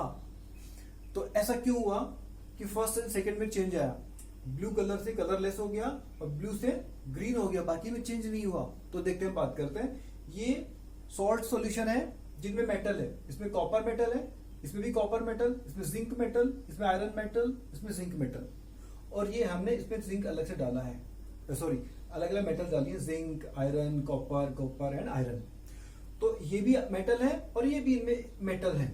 तो मेटल्स का मुकाबला हो गया, जैसे हमने बात की थी ना, ज्यादा स्ट्रॉन्ग वाला जियान की तरह की बात कर रहे हैं। तो इनमें जियान कौन है और नोबिता कौन है, हम इसको ढूंढते हैं। तो यहां पे देखो कलर चेंज हुआ, इसका मतलब कॉपर के कारण ये जो कॉपर मेटल है और जिंक मेटल दोनों में मुकाबला हुआ, जियान कौन सा हुआ, साबित करो जो ज्यादा स्ट्रॉन्ग हो। ओके, क्योंकि चेंज हुआ ना, तो कॉपर की जगह पे कौन आ गया, यहाँ पे देखिए Zn आ गया है। तो Zn ने कॉपर को रिमूव कर दिया है, कॉपर को अकेला कर दिया है, उसके साथ जोड़ी किसके साथ बना ली, SO4 के साथ में, सल्फेट के साथ जोड़ी बना ली SO4 के साथ में Zn ने। तो Zn सच में जिंक क्या हो गया, यहाँ पर जियान हो गया, मतलब स्ट्रॉन्गर मेटल हो गई। ओके, तो यहाँ पर स्ट्रॉन्गर मेटल जिंक है कॉपर के मुकाबले। सेकंड बीकर में क्या हुआ, ब्लू कलर का कॉपर सल्फेट था और Fe हमने ऊपर से डाला है, Fe आयरन और कॉपर Cu। अब कलर चेंज हुआ, ब्लू से ग्रीन हो गया, इसका मतलब देखिए यहाँ पे CuSO4 में कॉपर के साथ सल्फेट जुड़ा हुआ है, लेकिन आयरन ने क्या किया, FeSO4 बना लिया है, सल्फेट के साथ खुद जुड़ गया है और Cu को यहाँ से हटा दिया है, Cu अलग हो गया। तो स्ट्रॉन्ग कौन रहा, कॉपर की आयरन रहा। यस, जियान कौन है यहाँ पर, स्ट्रॉन्गर कौन है यहाँ पर, iron. In third beaker there is no change, इसका मतलब क्या, यहाँ जिंक है और यहाँ कॉपर है, तो कॉपर जिंक को हटा नहीं पाया क्योंकि ऑलरेडी वो तो जियान है, दैट इज स्ट्रॉन्गर, वो तो ज्यादा स्ट्रॉन्ग है, तो ज्यादा स्ट्रॉन्ग मेटल जिंक है, तो कॉपर को रिप्लेस नहीं कर पाया, डिस्प्लेसमेंट यहाँ पर नहीं हो पाया। FeSO4 Cu की बात करें तो यहाँ पे आयरन और Cu में मुकाबला हुआ, आयरन को Cu ने हटा दिया क्या, नहीं हटाया ना। FeSO4 ऐसा कैसे है, ग्रीन कलर था, ग्रीन कलर ही है, रिजल्ट भी ग्रीन कलर है, इसका मतलब there is no change, no chemical change. इसका मतलब क्या हुआ, Cu is weaker metal in comparison with the iron. Okay, and then the last beaker zinc sulphate colourless लिया था, कलरलेस ही है, बाद में भी चेंज नहीं है। इसका मतलब आयरन मेटल जिंक को जिंक सल्फेट से रिमूव नहीं कर पाई, रिप्लेस डिस्प्लेस नहीं कर पाई, इसका मतलब आयरन वीकर मेटल है एंड स्ट्रॉन्गर मेटल, ज्यादा रिएक्टिव मेटल कौन, जिंक मेटल। तो हमने इनसे ये जाना कि मेटल्स में जो ज्यादा रिएक्टिव मेटल है, जो ज्यादा स्ट्रॉन्ग मेटल होती है, मोर रिएक्टिव मेटल होती है, वो लेस रिएक्टिव मेटल को उसकी जगह से सॉल्ट सॉल्यूशन से हटा देती है, उसकी जगह पे खुद जुड़ जाती है। तो यहां पर ये हुआ, a more reactive metal replaces a less reactive metal from its salt solution. This is known as displacement reaction. आप ऐसा भी लिखेंगे इसमें। अब क्वेश्चन क्या है, आपके लिए क्वेश्चन है, arrange copper, zinc and iron. हमने यहाँ पे तीन मेटल्स की जिक्र किया है, जिंक है, आयरन है, कॉपर है, कॉपर आयरन फिर से आ गया, बट 3 मेटल्स की हमने बात की है। So you have to do one thing, copper, zinc and iron में से इन देयर रिएक्टिविटी ऑर्डर, हमने पहले भी बात की थी, शुरुआत में भी मेटल्स के बारे में एक रिएक्टिविटी सीरीज बनाई थी ना, और अभी हम केवल 3 की बात कर रहे हैं, तो इन तीनों को आप रिएक्टिविटी सीरीज के ऑर्डर में अरेंज कर सकते हैं, ज्यादा रिएक्टिव, उससे कम रिएक्टिव और सबसे कम reactive, highest reactive, middle reactive and least reactive. So you have to arrange this. Will you arrange? क्या रिजल्ट रहा? हाईएस्ट रिएक्टिव कौन है यहां पर? This is first and second, iron is second and last is third. So that will be the order, zinc, iron and copper. तो हम easily अगर ये याद है तो हम आराम से कोई भी इक्वेशन बना सकते हैं. अगर जिंक और आयरन के कॉम्बिनेशन का कोई इक्वेशन होगा तो रिजल्ट चेंज आएगा कि नहीं आएगा? अगर जिंक वाले में आयरन डाला जाएगा, जिंक का सॉल्यूशन होगा इधर सॉल्यूशन, और आयरन डाला जाएगा तो चेंज होगा? नहीं होगा, क्योंकि जिंक जोड़ के रखेगा सॉल्यूशन को, वो उसको हटाने नहीं देगा, क्योंकि ये ज्यादा स्ट्रॉन्ग है. अगर 3 और 2 का मुकाबला होगा, ज्यादा कौन स्ट्रॉन्ग है? Fe. ये हटा देगा उसको. इसका मुकाबला है तो क्योंकि स्ट्रॉन्गेस्ट ही है, तो ये तो सबको हटाएगा ही. Okay, so that was about the reactivity series and पांचों केमिकल प्रॉपर्टी की हमने बात कर ली है. Now we will talk about the uses of metals and non metals. Uses की बात करेंगे. पहले uses of metals. A metal in plants में भी एक मेटल होती है. हमने क्लास 7 में बात की थी, फोटोसिंथेसिस के चैप्टर 1 में. तो हमने बात की क्लोरोफिल के बारे में. तो क्लोरोफिल में एक मेटल है, that is magnesium. Wow, magnesium metal है क्लोरोफिल में. A metal in our blood, हमारे ब्लड में भी एक मेटल है. Wow, that is iron. इसका मतलब आयरन खा लेंगे तोड़ के कहीं से भी हम? नहीं, because we need soluble iron which is obtained from a lot of vegetables, fruits, etc. Then machinery, automobiles, aeroplanes, trains, satellites, gadgets, cooking utensils, etc. बहुत सारी चीजें मेटल से बनाई जाती हैं.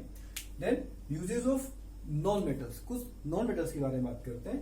मैचस्टिक का जो हेड होता है उसमें कौन सी नॉन मेटल का इस्तेमाल किया जाता है? That is phosphorus. बहुत ज्यादा रिएक्टिव होती है ना एयर में, तो हम जब मैचस्टिक के बारे में चैप्टर आएगा हीट अपना कंबशन वाला, उसमें बात करेंगे. तो फॉस्फोरस मेटल का इस्तेमाल करते हैं मैचस्टिक्स के लिए. पेंसिल के अंदर एक ब्लैक कलर का जिससे आप लिखते हो, जिसपे पेंसिल लिखते हो, पेंसिल लीड या LED, pencil lead. That pencil lead actually that is not lead. Lead अलग मेटल होती है जिससे कि हमारे इन्वर्टर की बैटरी बनती है. बैटरी कितनी हैवी होती है ना, उस लेड नाम की मेटल के कारण होती है. लेकिन पेंसिल्स में लेड नहीं, पेंसिल में तो केवल ग्रेफाइट नाम का एक नॉन मेटल है जो कि कार्बन का एक फॉर्म होता है, कार्बन. लेकिन गलती से इसको ब्लैक है ना, इसका नाम पड़ गया पेंसिल लेड. वो पेंसिल लेड सच में लेड नहीं, वो कार्बन है. तो कार्बन एक non metal. Essential for life, एक ऐसी नॉन मेटल जो लाइफ के लिए एसेंशियल है, अनिवार्य है, जरूरी है. इनहेल्ड इन ब्रीदिंग, और ब्रीदिंग हम इनहेल करते हैं. Simple, that is oxygen. Next, used in fertilisers. Fertiliser में काम लाई जाती है non metal for growth of plant, और प्लांट्स की ग्रोथ में वो काम आती है, that is nitrogen. Used in water purifying process. आपके घरों में कई बार जो पानी सप्लाई होता है उसमें डिफरेंट स्मेल होती है, लेकिन आपके पेरेंट्स बोलते कि नहीं बेटा कोई बात नहीं, इस स्मेल से कोई प्रॉब्लम नहीं है, ये स्मेल तो गवर्नमेंट की सप्लाईज के में डाला गया है, गवर्नमेंट एजेंसी के लोगों के द्वारा डाला गया है, ऐसा कुछ केमिकल डाला गया है जिससे कि ये वाटर प्योरीफाई हो गया है. तो वो कौन सा केमिकल है, वो कौन सा नॉन मेटल है? That is chlorine, Cl. Used in purple coloured solution.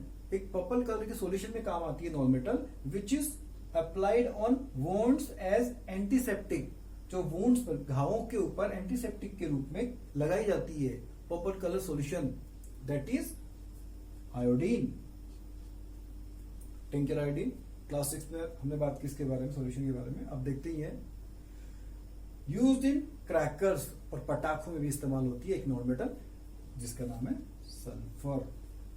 Potassium का इस्तेमाल भी होता है ज्यादा, लेकिन सॉरी फॉस्फोरस का इस्तेमाल भी होता है, लेकिन सल्फर का इस्तेमाल ज्यादा होता है. तो these are uses of metals and non metal. Now we will head to the exercises.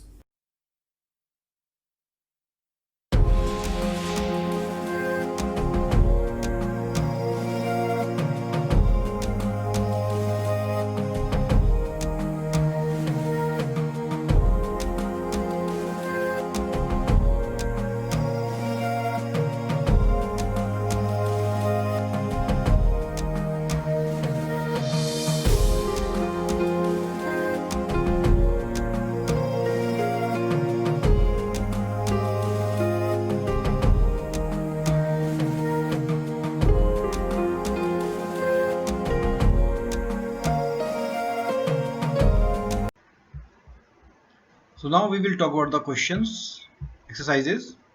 Question number 1. Which of the following can be beaten into thin sheets? Thin sheet में बदलने का जो प्रॉपर्टी है, फिजिकल प्रॉपर्टी, उसका नाम है malleability. Metals में होती है मोस्टली वो. तो zinc, phosphorus, sulphur and oxygen. Zinc is the metal, बाकी सब तीनों की तीनों नॉन मेटल्स हैं. तो zinc is the right answer. Second question, which of the following statements is correct? सही कौन सा स्टेटमेंट है? All metals are ductile. सभी मेटल्स डक्टाइल होती हैं. This is not correct. Generally सब होती हैं, सब नहीं होती. कुछ हमने मेटल की बात की, सोडियम, पोटेशियम, गैलियम, मर्क्यूरी, ये नहीं होती. All non metals are ductile. ये तो हो ही नहीं सकता कि नॉन मेटल डक्टाइल सारी. Generally metals are ductile. Yes, this one, कि मेटल डक्टाइल होती है आमतौर पे, सभी नहीं होती. तो this is correct. C. Question number 3, fill in the blanks. तो इसमें ब्लैंक स्पेसेस भरने हैं अपने को. Phosphorus is very reactive non metal. Reactive मतलब बहुत ज्यादा रिएक्शन करती है वो, इसीलिए उसको वाटर में स्टोर करके रखा जाता है. बहुत ज्यादा डेंजरस होती है. This is reactive. Metals are conductors of heat and blank space. और किसके किसके होते हैं? इलेक्ट्रिसिटी. दो तरह की कंडक्टिविटी होती है, हीट की और इलेक्ट्रिसिटी की. Iron is blank space reactive than copper. Copper के मुकाबले रिएक्शन के मामले में अगर बात करें तो आयरन की, तो रिएक्टिविटी सीरीज में आयरन कॉपर से ऊपर होता है. सबसे ऊपर तो तीनों में कौन होता है? जिंक होता है. लेकिन बीच में आयरन होता है. आयरन कॉपर से ऊपर होता है. इसका मतलब ये मोर रिएक्टिव होगा. तो मोर, ये आंसर आएगा मोर रिएक्टिव. डी में, metals react with acids to produce which gas. तो मेटल्स जब एसिड से रिएक्ट करते हैं तब भी, और बेसिस से करते हैं तब भी एक ही गैस बनाते हैं. उसका नाम है हाइड्रोजन गैस, जो कि पॉप साउंड के साथ में जलती है. फोर्थ क्वेश्चन, ट्रू फॉल्स बताना है. A, generally non metals react with acids. तो नॉन मेटल्स ज्यादातर एसिड के साथ रिएक्ट करती हैं. ये तो हो नहीं सकता. मेटल्स जरूर करती है, नॉन मेटल्स नहीं करती. So this is false. ये देखिए फॉल्स लिखा है. Next, sodium is a very reactive metal. बहुत रिएक्टिव मेटल होती है सोडियम. यस, ये तो हमने बात की है. सोडियम वाला केस तो शीशम वाला आपको याद होगा, मेरे दोस्त वाला, क्लासमेट वाला. तो बहुत रिएक्टिव मेटल होती है. Yes, correct, true. सी की बात करें, copper displaces zinc from zinc sulphate solution. Zinc sulphate का सॉल्यूशन इस बार, जिसमें मेटल कौन सी? जिंक. और कॉपर दूसरी मेटल का इस्तेमाल किया जा रहा है डिस्प्लेस करने के लिए. तो जिंक और कॉपर में मुकाबला होगा, कंपटीशन होगा. Who is more reactive, more stronger? Definitely zinc है. रिएक्टिव सीरीज में टॉप पे इन तीनों में होता है, आयरन, जिंक, कॉपर में. तो जिंक की जोड़ी ऑलरेडी सल्फेट के साथ बनी हुई है. क्या इसको तोड़ पाएगा कॉपर, जो कि कमजोर कॉम्पिटिटर है? डेफिनेटली नहीं तोड़ पाएगा ना. सो डिस्प्लेस नहीं कर पाएगा. तो यहाँ पे लिखे डिस्प्लेस कर देता है. So this is false. C, false. And D, coal can be drawn into wires. Coal को वायर्स में बदला जा सकता है. कोयले के वायर देखे आपने? No chance. False. Fifth question is there, this one. Some properties are listed in the following table. Metals and non metals की, तो आपको बतानी है मेटल में कौन सी होती है, नॉन मेटल में कौन सी होती है. ये 6 प्रॉपर्टी फिजिकल प्रॉपर्टी है सारी सारी. अपीयरेंस लश्रस, नॉन लश्रस को डल भी बोलते हैं. हार्डनेस, हार्ड होते हैं या वेरी हार्ड होते हैं. ये सॉफ्ट या नॉट वेरी हार्ड. मेलेबिलिटी में मेलेबल हो सकते हैं, मेटल्स को शीट में कन्वर्ट किया जा सकता है और नॉन मेटल्स को नहीं कर सकते हैं. Ductility, drawn into wires, metals में होता है, नॉन मेटल में नहीं होता है. हीट कंडक्शन, कंडक्टिविटी दो तरह की होती है. तो गुड कंडक्टर और यहाँ पर बैड कंडक्टर. और कंडक्शन ऑफ इलेक्ट्रिसिटी में good conductor of electricity metals होते हैं, नॉन मेटल्स बैड कंडक्टर और poor conductor. Now question number 6 A. Following में रीजन बताने अपने को. Aluminium foils are used to wrap food items. ये देखिए फिगर में दिखा रखा है, एक फूड आइटम को रैप किया हुआ एल्यूमिनियम के फॉइल में. आपने भी अपने फूड को इस तरह से रैप किया हुआ देखा होगा आपके टिफिन में. मम्मा ने जब, पापा ने टिफिन दिया आपको स्कूल के लिए, तो आपने स्कूल में जाकर खोला होगा तो एल्यूमिनियम फॉइल में उसको रैप किया हुआ था. वाई? क्योंकि एल्यूमिनियम क्या, एक मेटल है. तो उसको हमने बात की कि उसमें फिजिकल प्रॉपर्टी क्या होती है? मैलिएबिलिटी. इसलिए इसकी फॉइल बनाई जा सकती है. So this is answer. Aluminum is malleable and can be drawn into thin sheets, and so aluminum foils are used to wrap food items. Next, question number B. Immersion rods for heating liquids are made up of metallic substances. Immersion rods figure में दिखा रखी है यहाँ पर. तो ऐसी immersion rods हैं liquids को गर्म करने के लिए, पानी को गर्म करने के लिए आपके घरों में भी होंगी, वो मेटल की बनी होती हैं। क्यों बनी होती मेटल की? वाई? प्रॉपर्टी की बात की, कंडक्टिविटी की। Immersion rods for heating liquids are made up of metallic substance because metals are good conductors of heat and electricity. So, question number 6C की बात करते हैं. Copper cannot displace zinc from its salt solution. Zinc का salt solution मतलब zinc एक metal है, उसका salt solution, उसमें से कॉपर जिंक को हटा सकता है क्या?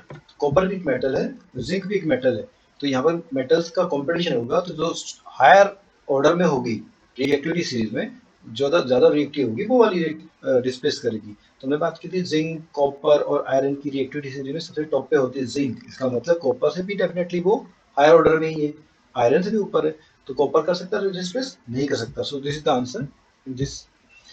Here, copper cannot displace zinc from its salt solution because zinc is more reactive than copper.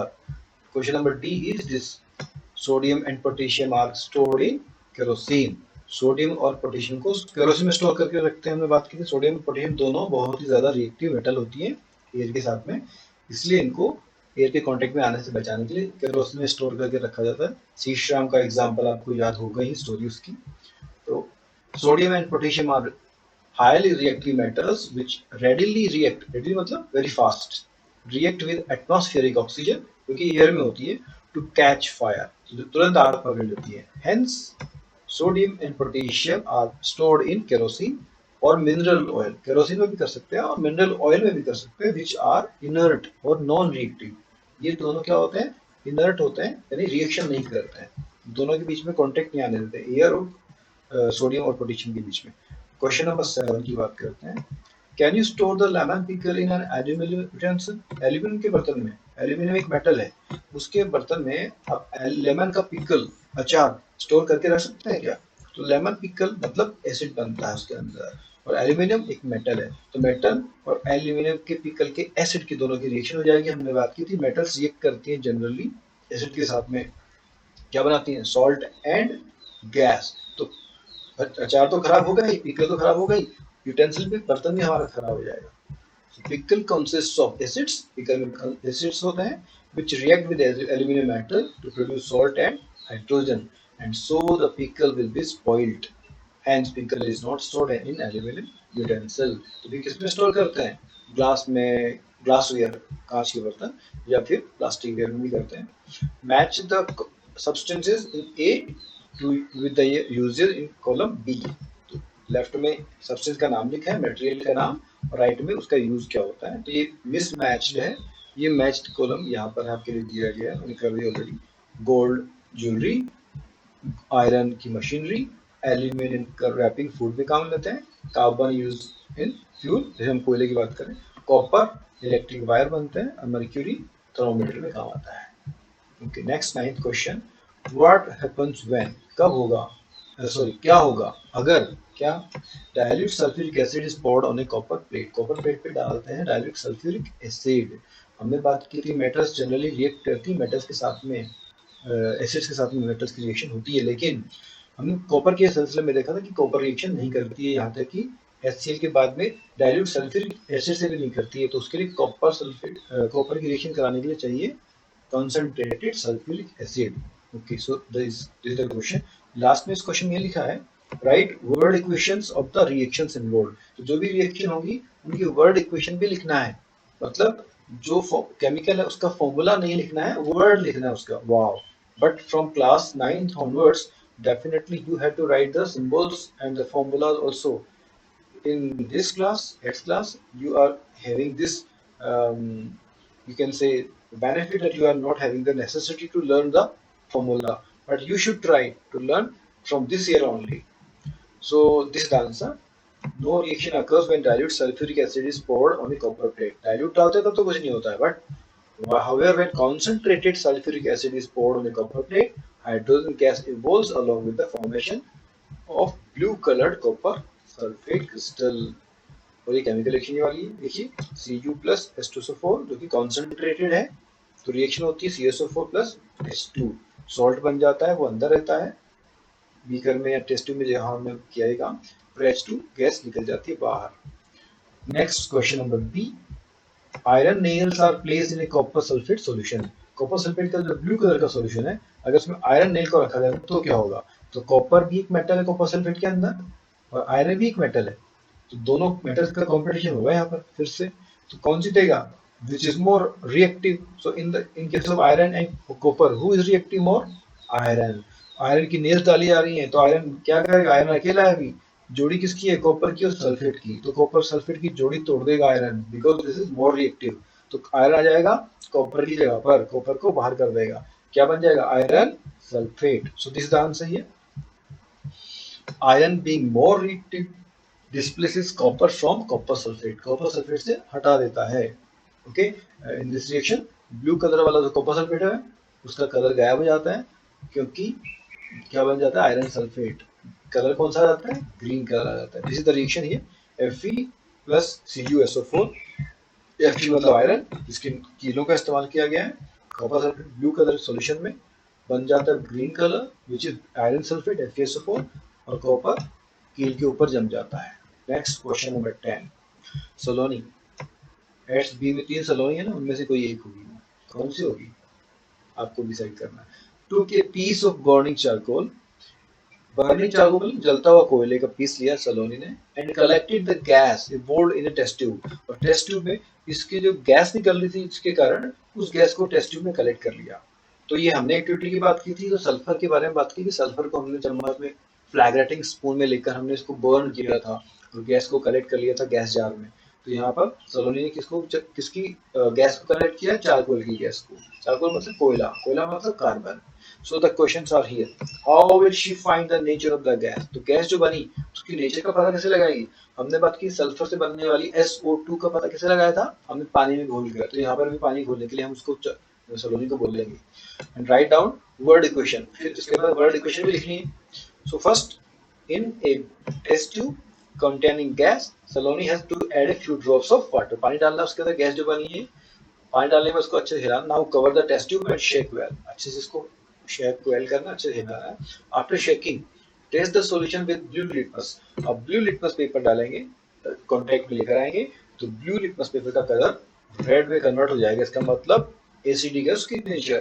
तो हम ऑलरेडी जानते भी हैं कि नॉन मेटल्स के ऑक्साइड्स एसिडिक नहीं होते, सॉरी एसिडिक होते हैं, और मेटल्स के ऑक्साइड्स बेसिक होते हैं। सो दस gas is acidic in nature. This is the word equation. देखो वर्ड इक्वेशन में वर्ड लिखना ओनली, देखिए यहाँ पे आपके फॉर्मूला भी है, तो दिस इज बेटर, वो बड़ा इजी भी है। C+O2, C मतलब कार्बन कोयला, O2 ऑक्सीजन गैस, तो बनता है CO2, क्योंकि बाहर निकल जाती है, पॉप साउंड के साथ जलती है, तो बर्निंग मैच लेकर आते हैं इसके माउथ पे, टेस्ट ट्यूब के माउथ के पास। So carbon oxygen and carbon dioxide. अगर वर्ड इक्वेशन लिखा है तो केवल कार्बन लिखने से काम चल जाएगा, ये सिंबल्स और फॉर्मूला लिखने की जरूरत नहीं पड़ेगी, बट आपको लर्न करना चाहिए अभी से। The last question. One day, Rita went to a jeweler shop with her mother. Mummy के साथ गई ज्वेलरी की शॉप में। Her mother gave old jewelry to the goldsmith to polish. Polish करने के लिए मम्मा ने पुरानी ज्वेलरी थी वो दी goldsmith को। Next day when they brought the jewelry back, तो वापस जब लेने के लिए गए थे, तो they found that there was a slight loss in its weight. तो जब ज्वेलर ने वेट किया दोबारा से, जब नेक्स्ट डे जब लेने गए तो उसका वेट हल्का सा कम हो गया। Can you suggest a reason for the loss in weight? का वास्तविक कारण क्या था वेट में लॉस होने का? गोल्ड्समिथ ने चुरा लिया? डेफिनेटली नॉट, ऐसा नहीं करेगा। क्या किया उसने? देखो उसे पॉलिश किया। इन ऑर्डर टू पॉलिश करने के लिए the gold ornament, it is to be dipped into a liquid, उसको लिक्विड में डिप करना पड़ता है, and that liquid is known as aqua regia. And aqua regia क्या है? A mixture of hydrochloric acid and nitric acid, दो acids का combination से बनता है एक्वा रेजिया, जिसमें भी डिप किया जाता है गोल्ड की ज्वेलरी को पॉलिश करने के लिए। On getting dissolved in the environment of aquaregia, the outer layer of gold dissolves and an inner shiny layer appears. Okay, तो अंदर की शाइनी लेयर है, उसके ऊपर एक पतली सी लेयर बन गई थी, उस लेयर को हटाया गया किससे? एक्वारेजिया मतलब एसिड्स की रिएक्शन से। तो ये बहुत पतली लेयर होती है, और मामूली देखिए मेरी जो रिंग है आज भी वैसी की वैसी है, कोई चेंज नहीं आया इसमें शाइन में। हो सकता है बहुत ज़्यादा साल हो गए उसके। The dissolving of the layer causes reduction in the weight of the jewelry. तो वो जो ऊपर से पतली सी लेयर हट गई उससे बहुत ही हल्का सा चेंज आया ज्वेलरी के वेट में. So here the chapter concludes. Thank you for watching.